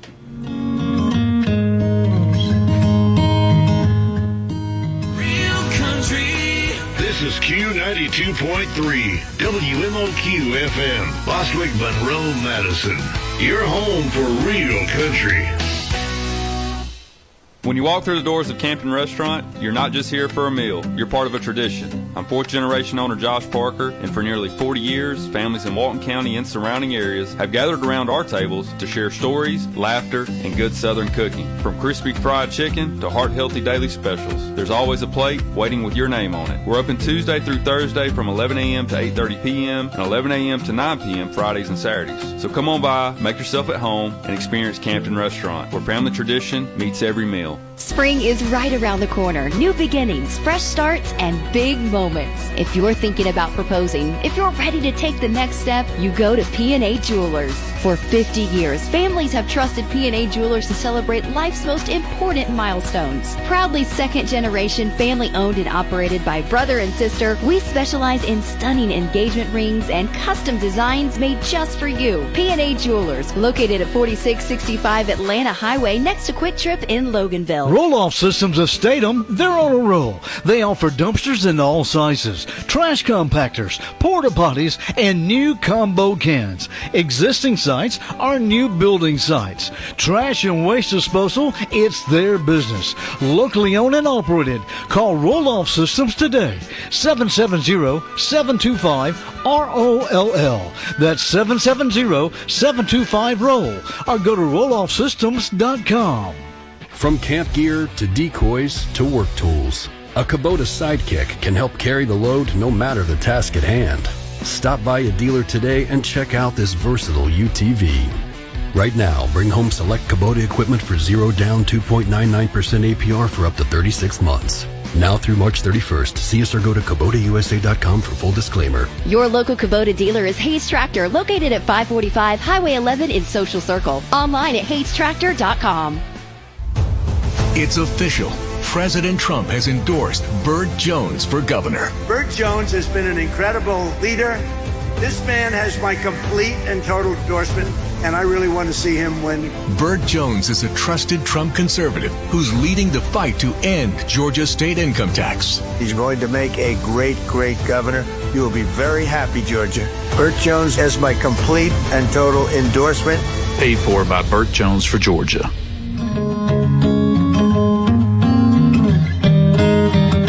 And welcome back, Marc McMain. We're continuing our discussion on the service academies. We just got done interviewing Matt Whitley, his time at West Point. Now in studio with us, we have a young man named Matthew Thorne, graduate of the United States Air Force Academy. Matthew, thanks for joining us today. Thanks for having me on. Happy to be here. Well, I can't wait to hear the experience because I've kind of had firsthand experience with my son going to the Naval Academy. Matt and I are friends, so I get to hear about all the cool stuff that he went through. Don't know much about the Air Force Academy, so I'm kind of learning as I go today, too. Let's pick up with I-Day for you guys. What was that experience like for you and your parents? Sure. For me, it was a whirlwind. I can't speak for my parents, but, you show up, and they get us in what's called Doolittle Hall. It's probably a short bus ride away from the main cadet area, and that's kind of where your parents can tell you bye, right? They kind of, basically check you in, and then they walk you out, and you get on a bus, and that's where kind of the fun starts. And that's the last time your parents see you until acceptance day or A day. So, wow, so they're saying bye to you at that point, and then it's 6 weeks, 8 weeks later. Right. Wow. Yep, and you get on the bus, and that's where they teach you how to sit at attention. They give you the 7 basic responses that you're supposed to memorize immediately, and no one has, and so you get yelled at and corrected immediately, and then you get dropped off right in front of what we call the core values ramp, which has the core values of the Air Force, and that's where the real fun starts. And you get off the bus, walk to, they have these footsteps that are painted for your kind of class color, and you get up there and they start making corrections about how you stand at attention, or the 7 basic responses that they just What taught are the 7 basic responses? You remember them still? I mean, these like how to respond to somebody if you're asked a question. These are kind of the only responses that you're able to give as a basic cadet, essentially, and they're relatively simple, but I probably have forgotten them. So, yes, sir, or ma'am. No, sir, ma'am. Sir may ask a question. Sir may make a statement. Sir, I do not know. That's 5. I guess I've forgotten the. We get the drift. But, yeah, so it's pretty robotic as to what they want you saying. Right, because essentially they don't want you to just say, "Can I go to the restroom?" Right, you're supposed to kind of address the cadre, saying, "Hey, sir or ma'am, may I ask a question?" And then they say yes or no, and then you ask your question or you make a statement or whatever the case may be, right? And so that's interesting. Is that similar for you, Matt? Same experience? Yeah, we had 4 responses: yes, sir, ma'am; no, sir, ma'am, I don't understand; and the most important one, no excuse, sir or ma'am. Was any one of these? Those are the 2 I forgot. No so one of these was not. Thank you, sir. May I have another? No. Yeah, you're not giving PhD dissertations. It's very simple answers. Well, and Matt, let's back up for a second. So when did you know that you wanted to attend one of the service academies?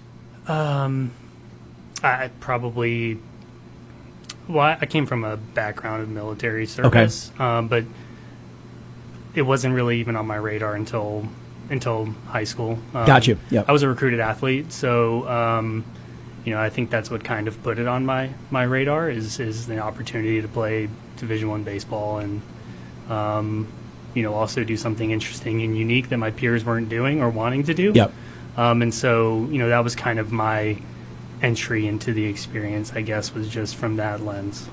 And so after I-Day, you go in, you have that shock, that culture shock where you get your head shaved and they're teaching you the 7 things that you're allowed to say and how to stand, how to salute, how to march, all this good stuff. What was your summer like? Because your classes haven't started then. So at the Air Force Academy, what was the summer like in preparing you for this? Yeah, so they break it up into 2 different pieces. First beast or basic cadet training and second beast, and the first part of it is they're teaching you all about military standards and how to wear your uniform, how to march, essentially military history. We also have a book of Air Force history and also planes, armaments, things like that that we're supposed to memorize throughout the course of basic training, and then the second part of it is kind of we go out into what's called Jack's Valley, which is essentially a field where we kind of camp out, for lack of a better term, for 2 weeks, and that's where we do, things like firearms training, things like that. But it's a little bit more rigorous, right? We have courses that we go through for leadership development and fun. I'll say. More physically challenging fun, I guess. Right. And so that's kind of the breakdown, and then you come back and get ready to start school. And what was school like when you started? Was that a big deal?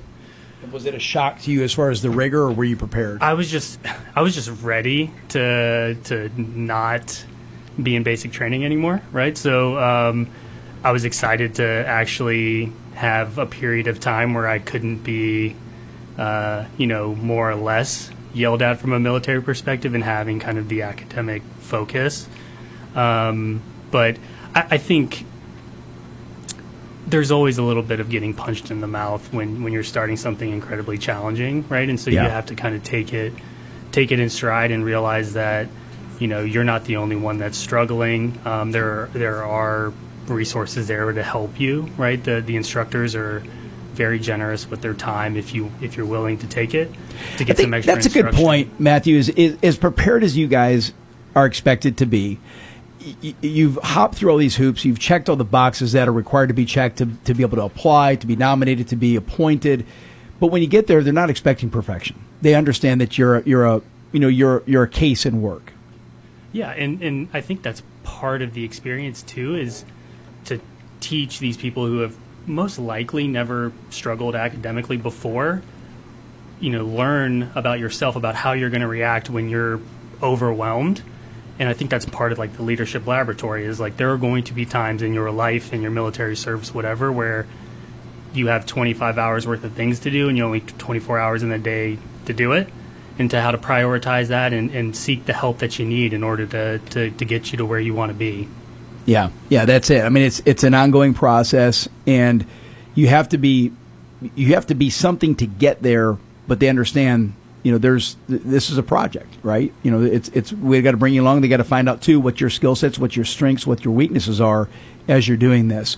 You're listening to the Marc McMain Show. Our guest right now, Matthew Thorne. He's a graduate of the United States Air Force Academy. We're discussing all the things that you need to be prepared for if you, a loved one, a child, a grandchild, has demonstrated interest and the acumen to participate in this incredible adventure of joining one of the service academies. We're trying to equip you with as much knowledge as possible. And I'm doing this from the perspective of a parent, had no clue what to expect. I would have loved to have had this 2 hours to listen to in preparation. I know, Bruce, you would have too, to have something like this to kind of cue things up. We're going to do something a little bit different here, because I've also got a gentleman who is with the United States Naval Academy. He's a liaison. His name is Kent Hepler. I'm going to bring him in on the phone, and we're going to kind of do a dual interview with Matthew and Kent.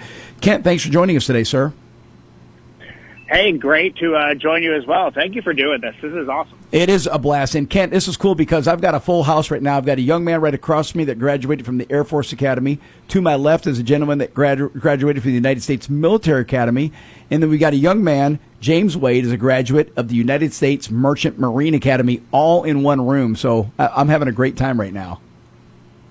No, I appreciate this. And, sorry I couldn't join you in person, but travel commitments precluded it, but happy to join in on the conversation. Well, and I think it's a good thing to do this because I want to kind of contrast the different experiences. Matthew was just sharing with what he went through when he showed up for I-Day out in Colorado as his first day for the United States Air Force Academy.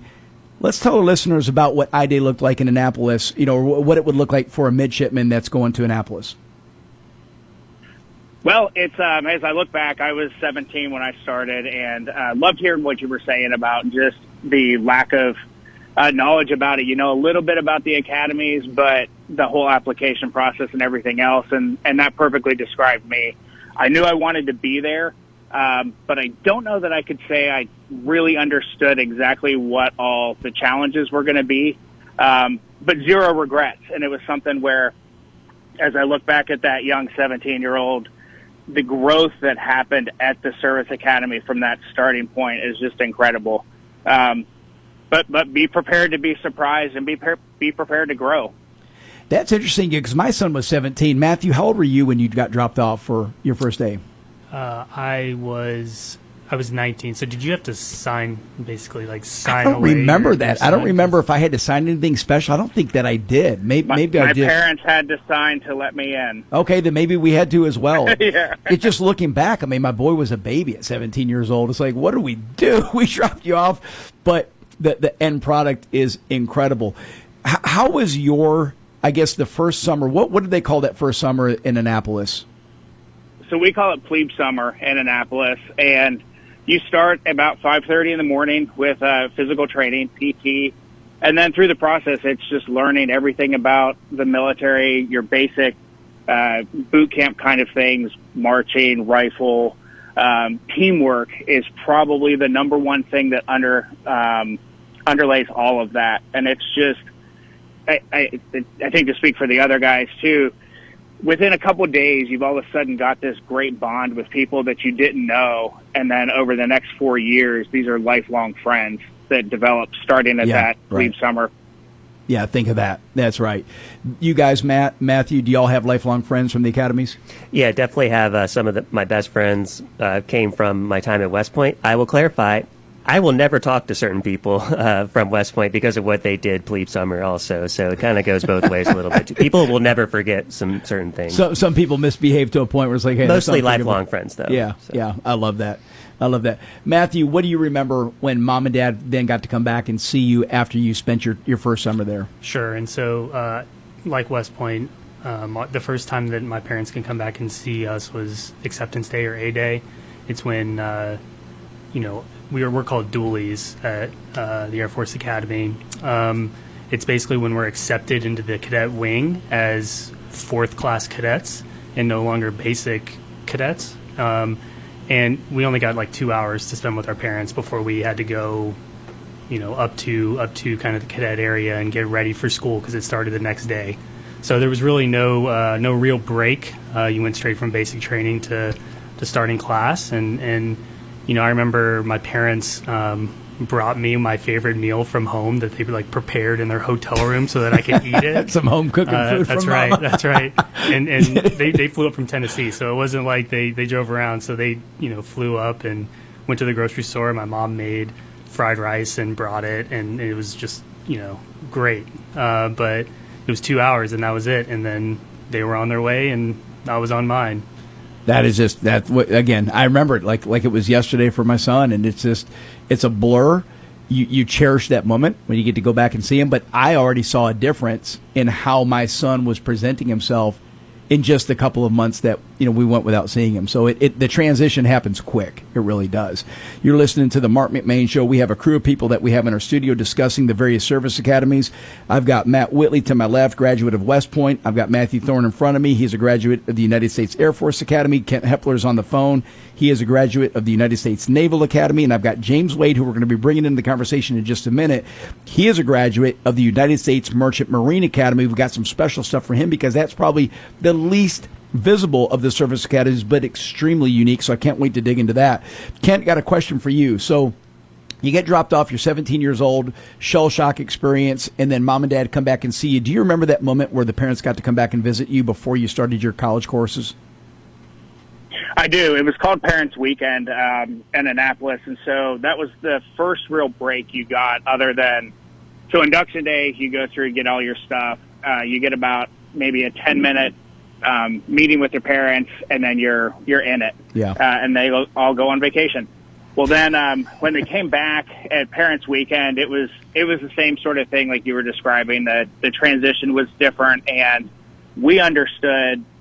Okay, the brigade is about to come back, and your ratio from many upper class to a lot of plebes shifted to where you had 3 upper class to 1 plebe. So I don't know that I enjoyed it as much as I could have with the anticipation thing, but it was great seeing them and for them to be able to walk around campus and notice those changes.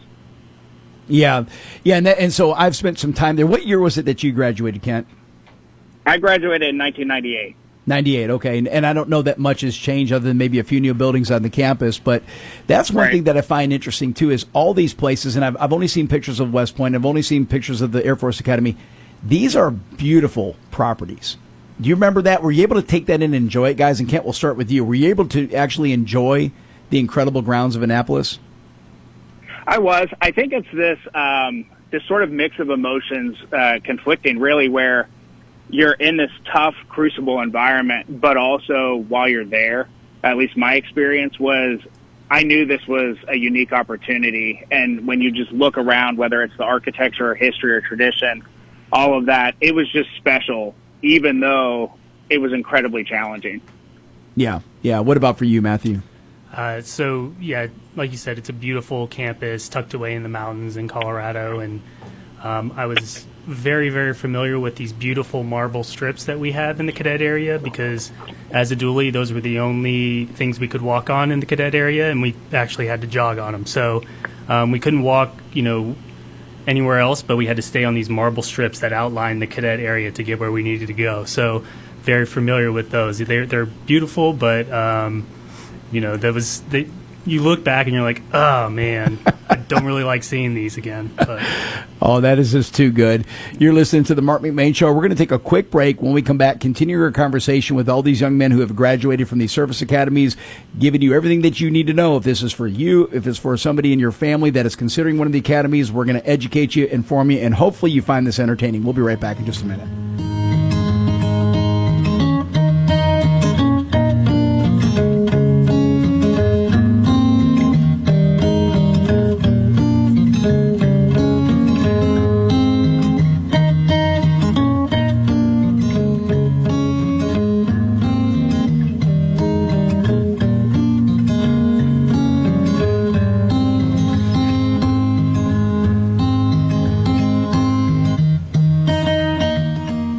Off MSRP on 2025 Ford F-150 Lariat Crew Cab pickups through February 28. It's the kind of deal that made Aikens Ford in Winder America's #1 retail volume Ford dealer last year. Hi, this is Brad Aikens. We have 30 of these to choose from, but when they're gone, they're gone. Stock number 01198, MSRP 79820, excludes 501A package. With approved financing through Ford Credit and your 1995 or newer trade. Dealer retains factory rebates plus government fees. See dealer for details. Claim based on Ford's 2025 retail sales report. Visit us today at AikensFord.com.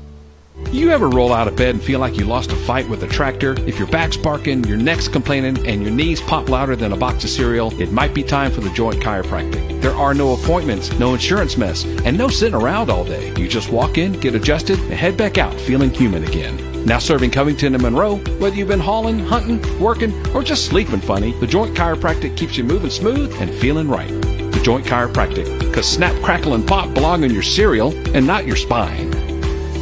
Big news, Georgia drivers. DJ's Collision is on the move and is proud to announce their brand new home in Madison. After many years of service in Social Circle, the same team you know and trust is back with a fresh new look and location to serve you best. From flawless paint jobs to complete bodywork, DJ's Collision is where your car gets a second chance to shine. Check out their brand new location in Madison at 1231 Woodcraft Road. That's DJ's Collision. Give them a call at 770-760-8214.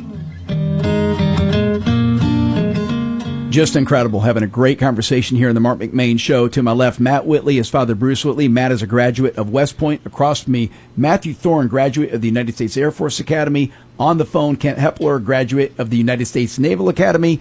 And to my right, James Wade, graduate of the United States Merchant Marine Academy. James, thanks for joining us, sir. Hey, thank you. Thank you for having me. We're going to dig into the nuts and bolts of the uniqueness of the Merchant Marine Academy in just a second. I've got a few more questions for Kent because we have to let Kent go in just a minute. Kent, when you think about your experience at the Naval Academy, were there moments where maybe you were second-guessing what took place? I know that sometimes young people, they get in there, like we just discussed, you're 17, maybe 18 years old. Was there moments that you're like, ooh, did I make the right decision? I can honestly say that I didn't have those moments. So I was actually denied admission the year I was accepted. That's a whole separate story. I knew this was where I wanted to go. My challenge was actually, can I make it through? Yeah, right. And gradually what happened was, you know how I was talking about the I-Day to graduation growth? I had a couple classes where all of a sudden it clicked, and it was, okay, I can do this and excel at it.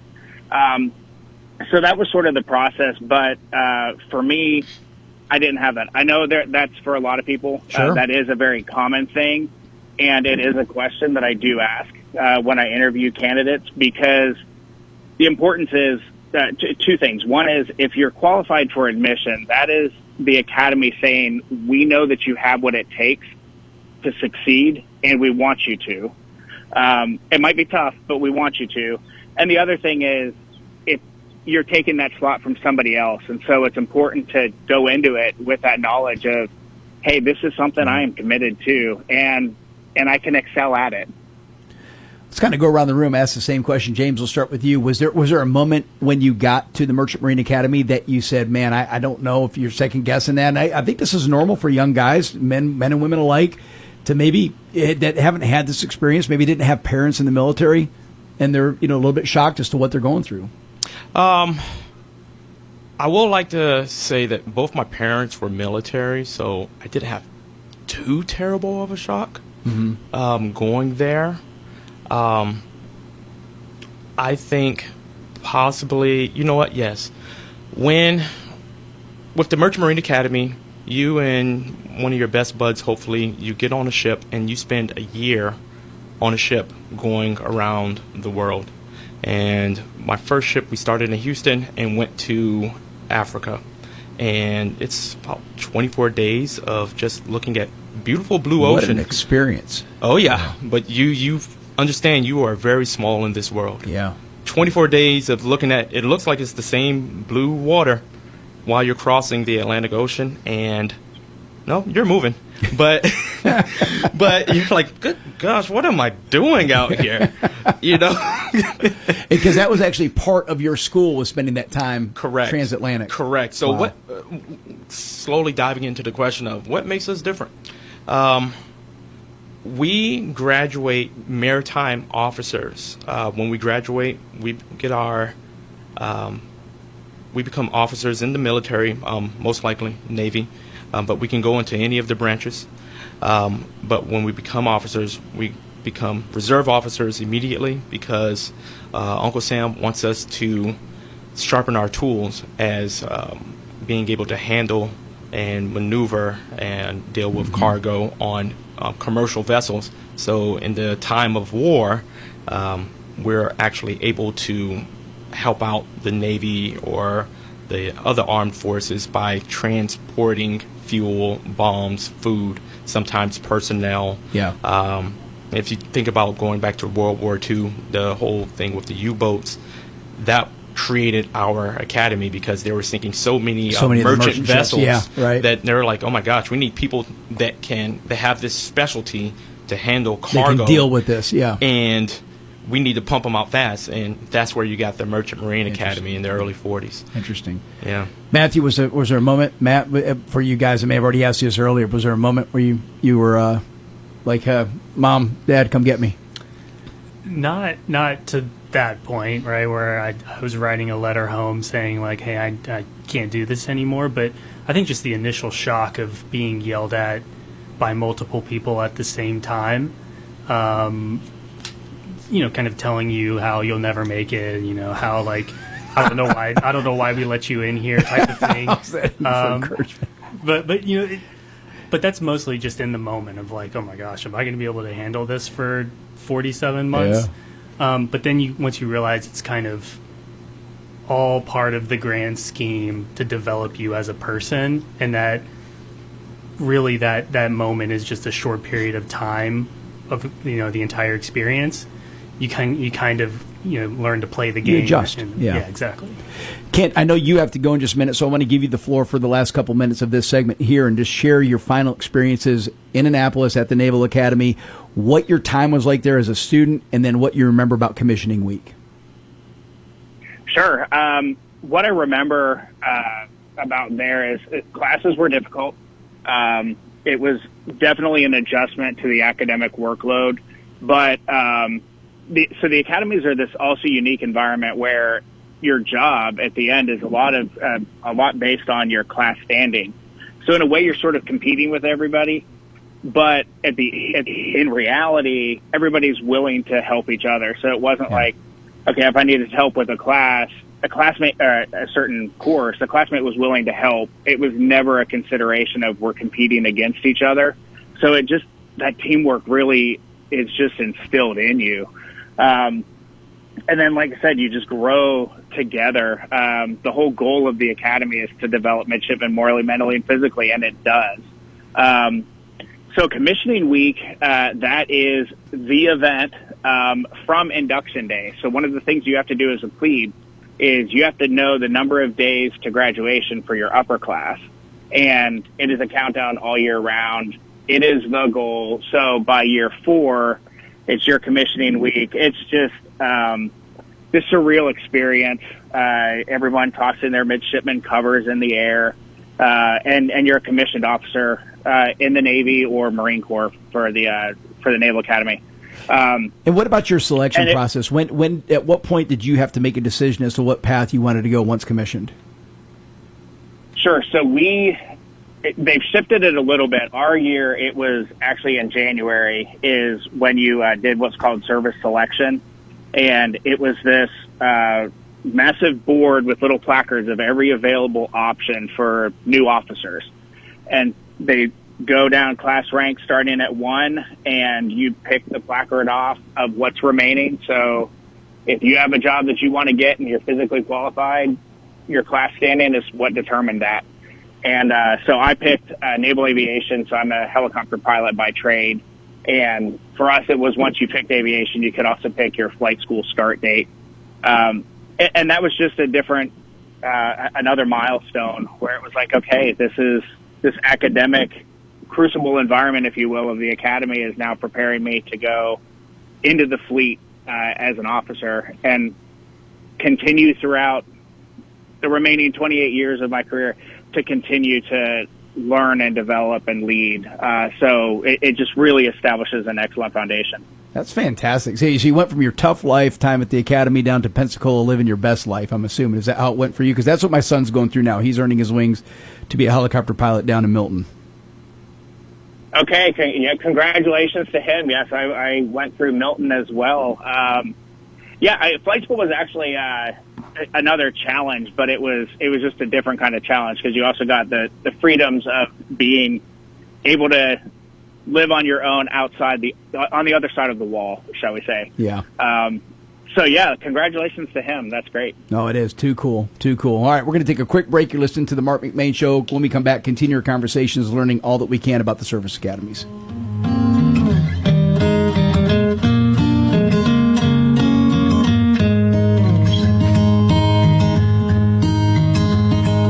Is technology giving you a tough time at your home or business? Don't worry, Big Mountain Computers is here to help. We're your local tech experts, now open in Madison. Our white glove service ensures personalized solutions for all your IT needs. Hardware fixes, remote support, private lessons, and more. Visit us at Madison Plaza across from Ingalls or call 706-343-4184 to schedule your consultation. That's 706-343-4184. Big Mountain Computers, turning your mountains into molehills. I've got to tell you about the best kept secret in Monroe for electric wholesale supply, Allen's Electric. Family owned and operated since 1972, Allen's Electric offers a complete line of electrical supply, wiring, breakers, bulbs, heating elements, electric motors, light fixtures, and so much more. Located at 925 West Spring Street in Monroe, stop by and see Brian and Cindy, in business for over 50 years. That's Allen Electric Supply, 770-267-5572.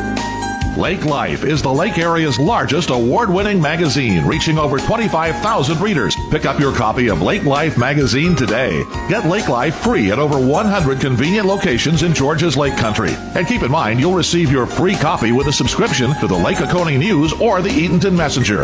Lake Life. It's all about the lives and events in Georgia's Lake Country. Call 706-485-3501 to subscribe. Lake Life, the biggest, the best, and it's free. Welcome back, Marc McMain.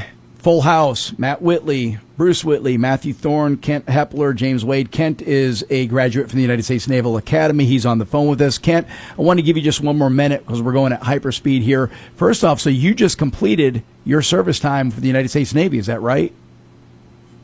No, I am actually still a Navy reservist. I do business consulting out in Bogart, but also wearing my reservist hat, I work as an emergency preparedness liaison for FEMA. All right, so you're right around the corner then. You're not far from us at all. Nope, not at all. Well, again, I want to give you, let's say, the final 60 seconds, any closing thoughts that you want to share with somebody that's listening that is considering the United States Naval Academy. What would you suggest to them, and what would you tell them about your experience? Sure. So for high school candidates looking at it, the things that I would tell them are, one, keep trying.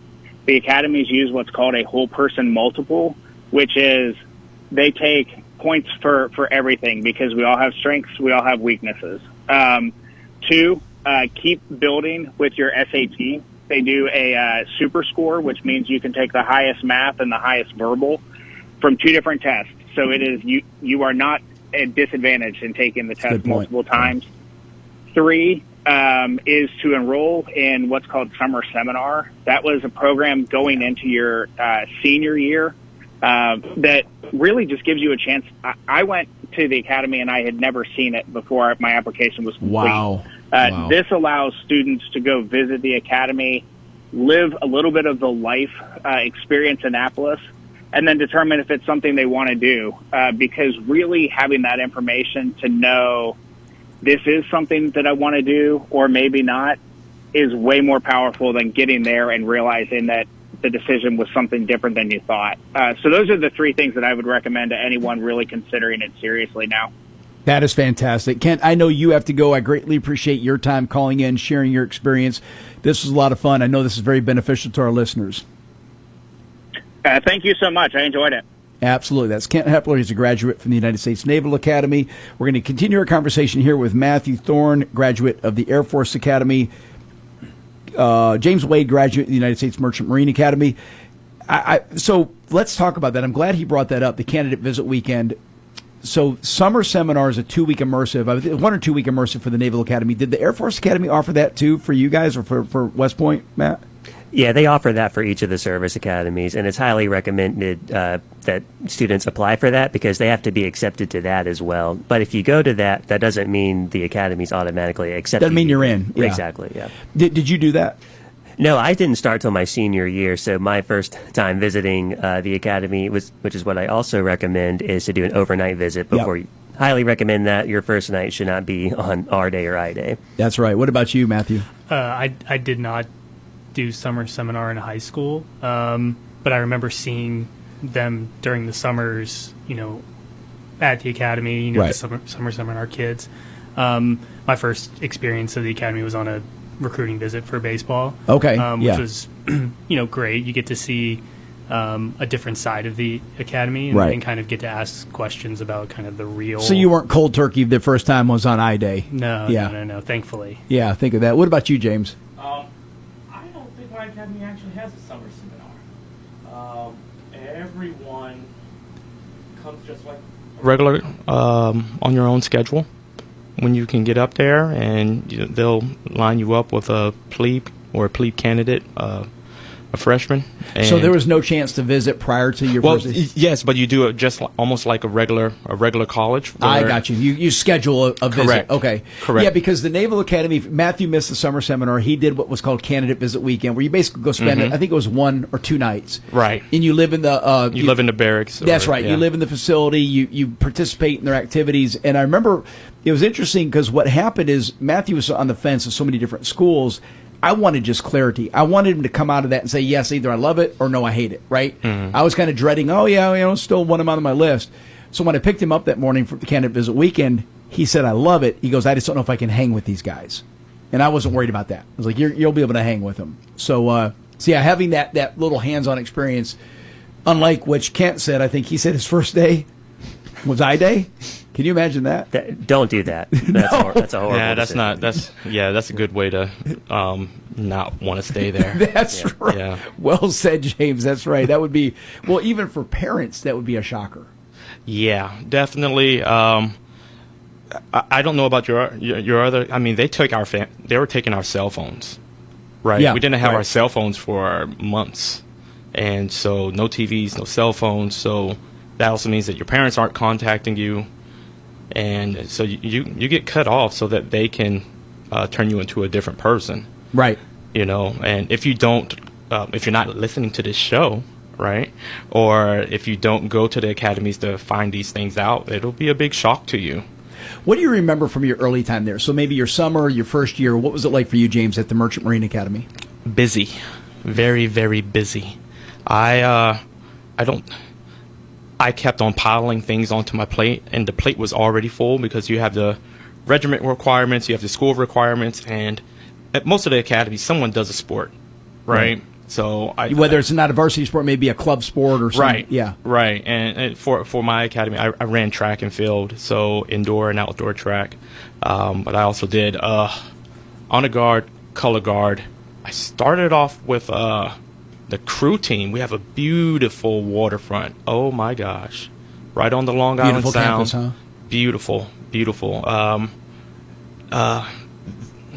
Some say that our administrative building is the house from the story of the Great Gatsby. Huh. Right. Interesting. We don't think that that's actually true. We think it's down the street, but it does fit the architecture and I think it was Chrysler's old house. Well, it's funny you say that. I'm glad you brought up the activity because that's something else. They tell you this, guys, at the Air Force and at West Point, even if you're not going to play varsity sport, they want you to do something. Mm-hmm. You can't just go through the motions to be there. You got to be part of some type of organization, team, playing some sport of some form or fashion. Was it the same for y'all? Yeah. So you was baseball. Right, so I didn't have to do any additional things, but everyone's required to do at least an intramural sport. And the seniors or first class cadets get the first pick at the sport that they get to choose, so they get all the good ones, and all the 4 degrees of the freshmen are stuck boxing each other for intramurals. So, but yes, you are required to do something athletic, whether it's intercollegiate or intramural or a club team. Yeah, what about your experience, Matt? Yeah, same. So you have the Division I sports that are recruited athletes. You've got the intramurals, which is what I did. And then there's an in-between called club sports, which any sport you can think of, the service academies have a team for it. Like racquetball, handball, youth, like every Olympic sport there is, the service academies have a team and go compete amongst other colleges for it. I remember you saying Matthew was on the Taekwondo team. Yeah, they've got... I'm telling you, anything you can think of, they've got a team for it, and you'll go travel and compete for it. That is too cool. What about your experience as an athlete, James, at the merge? Again, you're already piled high with what you have going on. Same thing that you went through, Matthew. Were you a varsity athlete for the track and field team? I was a varsity athlete for track and field, and like jogging my memory about that, like I tried out for fencing. Wow. Yeah, I tried out for fencing. I had mentioned that I was doing a crew. I did that for a couple of months. I did, I don't know if drill team qualifies as a sport, but I mean, it kind of felt like it. Yeah. It was pretty physical. You're practicing, a lot of time. Yeah, definitely. That's the part I find amazing is where do you find time? Because you guys are having to get up. What time did you have to wake up each day? Ooh. So for us, we were woken up by the plebes, and you did this as a plebe where you yell, like, attention, all cadets, there are like 10 minutes till breakfast formation or whatever formation. So like that also taught you, you're going to be in the Army, how to get your command voice, but you were woken up and told what to do by the plebes. So. Same experience for you, Matthew? That's right, and it was always...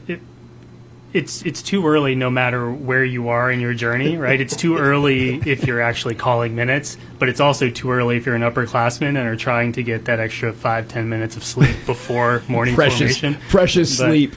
But yes, it's way too early. Oftentimes 6 a.m. or earlier, and then personally, I had all my classes in the morning so that my afternoons could be dedicated to practice, lifting, all the things associated with baseball, so that we could get that done and get back up to eat and study for a few hours. I think he had a little bit more of a cushy time at the Air Force Academy. He was a varsity athlete. You think, Matt? No, it's hard for everybody. Like there's no easy path. I guess if you don't play a varsity sport, it is a little bit easier. Yeah. But it's still extremely difficult. So like, I just don't know how you manage the schedule. Well, there's a trade-off, right? Because there are some things that because either we're traveling for games or practicing that we get to miss from like a military aspect on weekends where they have inspections or drill or something like that. So there is a trade-off, but we don't have any downtime. Not that there's a whole lot to be had, but most of it's filled with trying to win some ball games.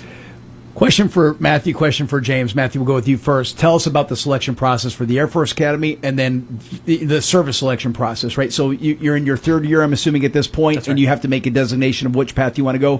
What were the options? What did you pick, and how did that go? Sure. So, essentially the options are most of I'd say probably half to a little over half of each graduating class ends up going to pilot training. And so I tell people if you want to be a pilot, and fly something different than helicopters, go to the Air Force Academy because you're going to have the best shot from a numbers perspective to accomplish that to fly goal. What you want. Right. Yeah. But we have that. We have logistics, acquisitions. You could join the Space Force. And was that an option when you were there? It was not, but I was actually a space officer when I first graduated, so I would have potentially been in the Space Force. Okay. But it wasn't its own service then. It was part of Air Force Space Command Okay. at the time. And what path did you take? So I originally was selected as an acquisitions officer. Okay. But the Air Force, and I think the Army and Navy probably do this too, is they like their acquisitions officers to have operational experience, so that when you're trying to procure things to use in battle or whatever the case may be, you have experience of what it's like as an end user. And so I decided that I would, try, my hand for my first assignment as a space officer. And I was stationed down at Eglin Air Force Base in Florida, which was great. Where's Eglin? It's Fort Walton Beach. Okay. Yeah. Right. So, and I was at a remote site associated with Eglin, really cool, at a ground-based radar, tracking satellites. Where was that located? It is in Freeport, Florida. It's called Site C6. The reason I ask is I think there's a satellite base, and I thought it was Eglin on Cape San Blas, right there outside of Port St. Joe, that we drive by. No, it's different. Okay. Yeah. Gotcha. James, what was your experience like? At what point in your class did you have to make a decision as to what path, and what were the options for the Merchant Marine Academy? They're a little more narrow, right? Yes, it's a lot more narrow, but we make our decisions, the initial decision, much earlier. Our freshman year, part of it is decided by what sport that you play, right? In terms of, okay, so while you're at the academy, like I said, you have to spend a year on a ship somewhere. Okay. Right. Yep. Training, becoming an That's officer. part of your class. That's part of it. Yep. And so it's split up into two different periods, where it's like 6 months, and then another. Oh gosh, that's more than 6 months. Yeah, it ends up being around like 300 and something days, but it's like 6 months and then 4 months total. And so also in your freshman year, you have to determine if you're going to be a deck officer or an engine officer. And then from there, what's your career, what's your actual degree going to be in as a deck officer, and what kind of engineer? Like, are you going to be a systems engineer, or I wasn't an engineer, so. And I said that wrong because so your degree path is a little more narrow. Right. Your service path is wide open. Right? So like these other gentlemen, I guess it was in their junior year, they had to determine what path they were going to take. Yep. With the Merchant Marine Academy, if you just follow the flow of the river, you will become a Navy Reserve officer, and you'll also get your Coast Guard license as a deck or engine officer. Interesting. Okay. Right. You could say, hey, I want to go into the Navy active duty, or the Air Force, or the Coast Guard, or the Space Force, or Army as well. Army, all of them. Wow. All of them. But once again, I'm assuming that you have to. It's the highest, the highest ranking in the class get to pick first as to what is available. This is technically true, but we have so many options that our spaces don't ever really get filled up. Interesting, yeah. And so even if you want to fly, we have flight spots for all of the other branches. Also. That's fascinating. And those spots don't get filled up really because we have so many opportunities. Such a unique offering, Matt, when you think of all what these service academies provide, even the Coast Guard Academy, which we haven't talked about that too much, but all these paths are so unique and special.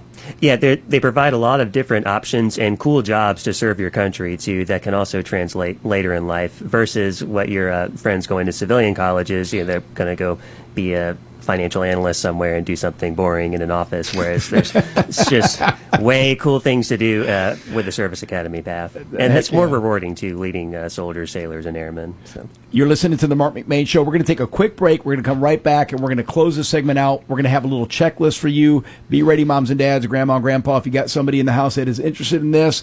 Hopefully you're paying attention and you're taking notes. And if not, you can get the podcast in about 24 hours. We can replay this. Send it to your friends. We'll be right back. I'm Rick Jackson. My dad abandoned us. My mom was an alcoholic, so I left the projects. Shoe shining, ticket scalping, vacuum sales. I found purpose in work and built a $3 billion business. Like President Trump, I don't owe anybody anything. And like you, I'm sick of career politicians. I'm running for governor to lead America in criminal deportations, to cut income taxes in half, freeze our insane property taxes, reform the system so that anyone who can work will work, and not just sit around binge watching Netflix and eating Cheetos. I'll let law enforcement do their job. And if you're caught helping a child change their sex, you're going to jail. I'm Rick Jackson, and I'll get these done. Paid for by Jackson for Governor, Inc. Leadfoot Mulching and Grading offers land clearing, hauling of gravel and sand, and more. And now offering screen topsoil for the farmer or homeowner, asphalt paving, and more. No job is too big or small. Locally owned and operated, it's Leadfoot Mulching and Grading, serving all of North Georgia. Fair prices and great customer service. Phone 404-909-5227 or go to leadfootmulching.com. Spring is in the air, and that means baby chicks are coming to Boss Brothers Country Store. Starting mid-March through the end of April, we'll have baby chicks arriving in-store. Whether you're a first-time chicken owner or adding to your coop, Boss Brothers has everything you need. Our knowledgeable team is here to help every step of the way, from chicken selection to coop setup. Visit us at 3084 Highway 78 in Loganville. Boss Brothers Country Store. Quality products, trusted brands, and hometown service you can count on.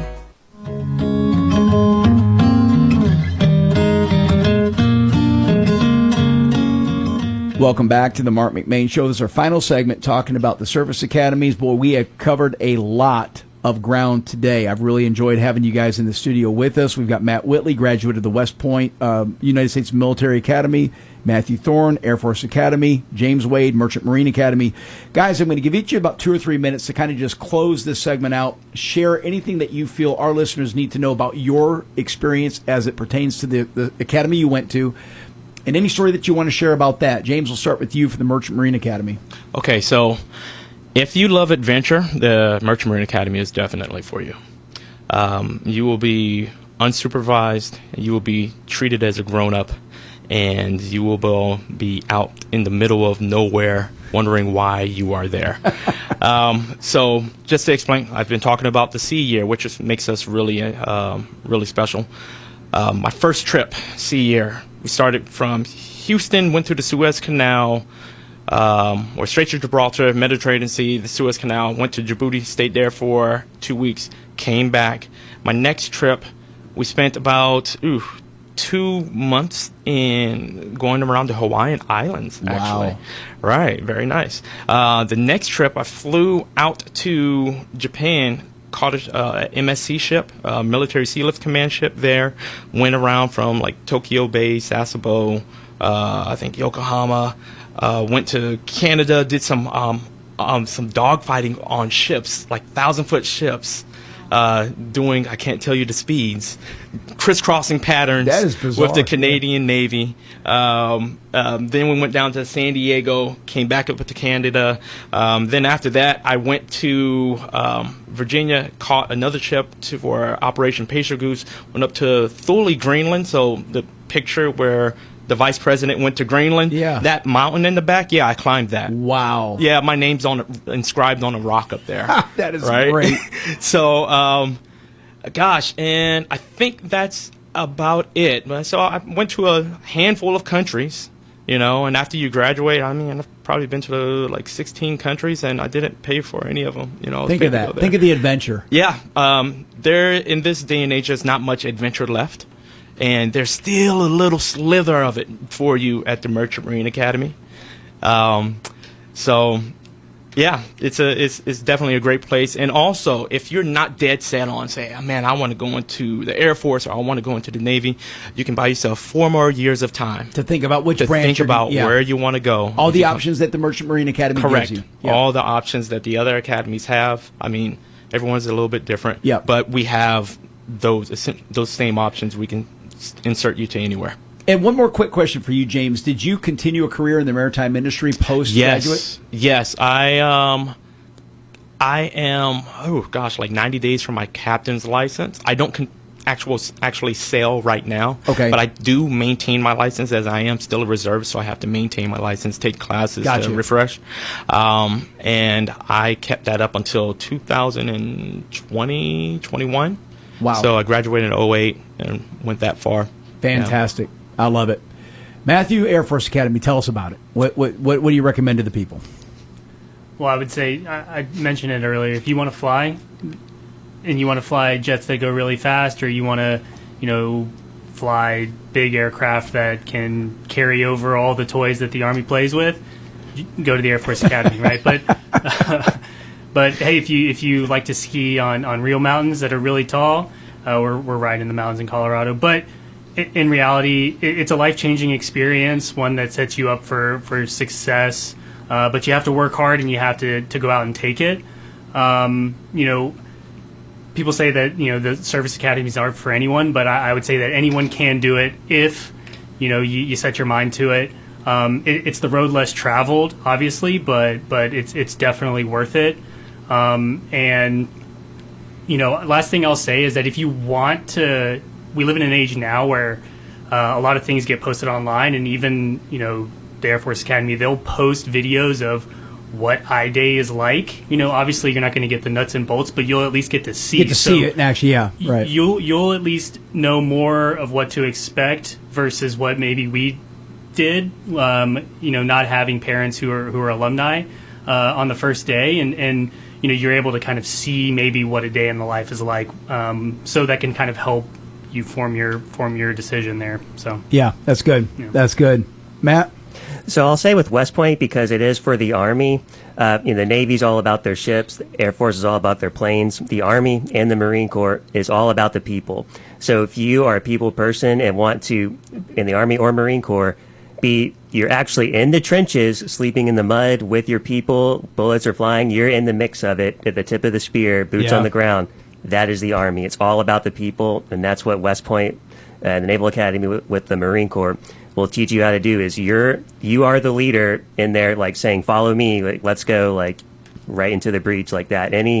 All the poems and stuff about war and all the romanticism of it, that's the Army. Right. Is you're with the people leading the way. Yeah, and again, to emphasize all of these service academies, number one, you want to serve our country. That's the main reason you're doing this. And number two is you want to be a leader. That's you want to lead men and women possibly into combat, but you're going to be leading men and women in the United States military. Yes, you actually have no choice. On day one, you are going to be a platoon leader for the Army. You're going to be in charge of a lot of people, and you will probably be the youngest person. So it's a unique leadership challenge. You're going to be leading people that have been in the military a lot longer than you, and that's going to be a challenge.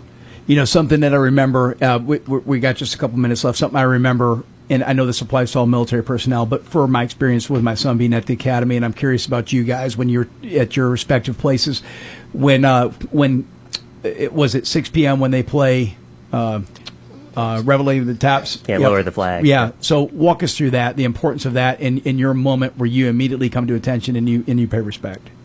Yeah, it's just a quick reminder of what you're there doing. You are serving the country. You are the country's delegates and representatives to defend everybody that's in America.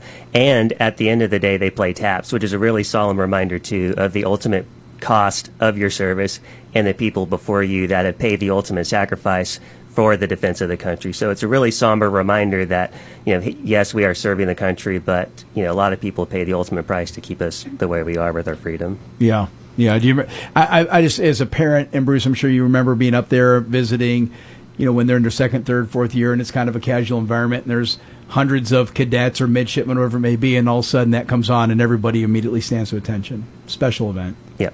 Yeah. Guys, I greatly appreciate you coming in, making the trip. James coming all the way from Smyrna, sharing with your adventures on the high Anytime. seas. That sounds like fun. I love the water. I don't know about 24 days on the water. It's a long time, but it sounds like you guys had a great time with what you did. I appreciate your service to our country. That goes to all of y'all. Bruce, I appreciate you joining us today. This was a lot of fun, folks. I hope you learned something. I hope you took something from this. Again, the podcast will be available on... It takes about 24 hours. It'll be on our website. If you go to WMOQFM.com, it'll be on our website under podcast. So if you guys want to share this with your friends and family, once it's up, you can just email it, probably text it. I don't know if I've ever done that. Chastity, what do we got in store for us tomorrow? Great show today. Wasn't it great? I was These guys are awesome. Yes, it was so great. So we definitely have to have you guys back. It was very informative. So And my son was tuning in, so I'm super excited. Well, good. So for tomorrow's show, we're going to have Miss Claudia Hoyser. She's going to be, she's a local artist, so she's going to be singing Tide's Gonna Rise and The Girl in Blue. Yeah, I'm glad you brought that up. She is a musician. She spends part of her time in Nashville. She's actually going to be performing at the brewery over in Wire Park. My friend Brock Toole has a brewery out there. So we got to get those dates so that we can promote this tomorrow. It's this coming weekend, right? Yes, yes. Yeah. And she's going to be great. I can't wait to hear her music. Yep. And then we'll have Edwin Duncan. He is our Georgia House of Representatives. District 100. Running for District 100. Yes. Okay, great. So, all right. Tomorrow's going to be a great show. Tune in at noon. I appreciate y'all sticking with us. Hopefully you found this informative. Once again, appreciate you guys. We'll see everyone tomorrow.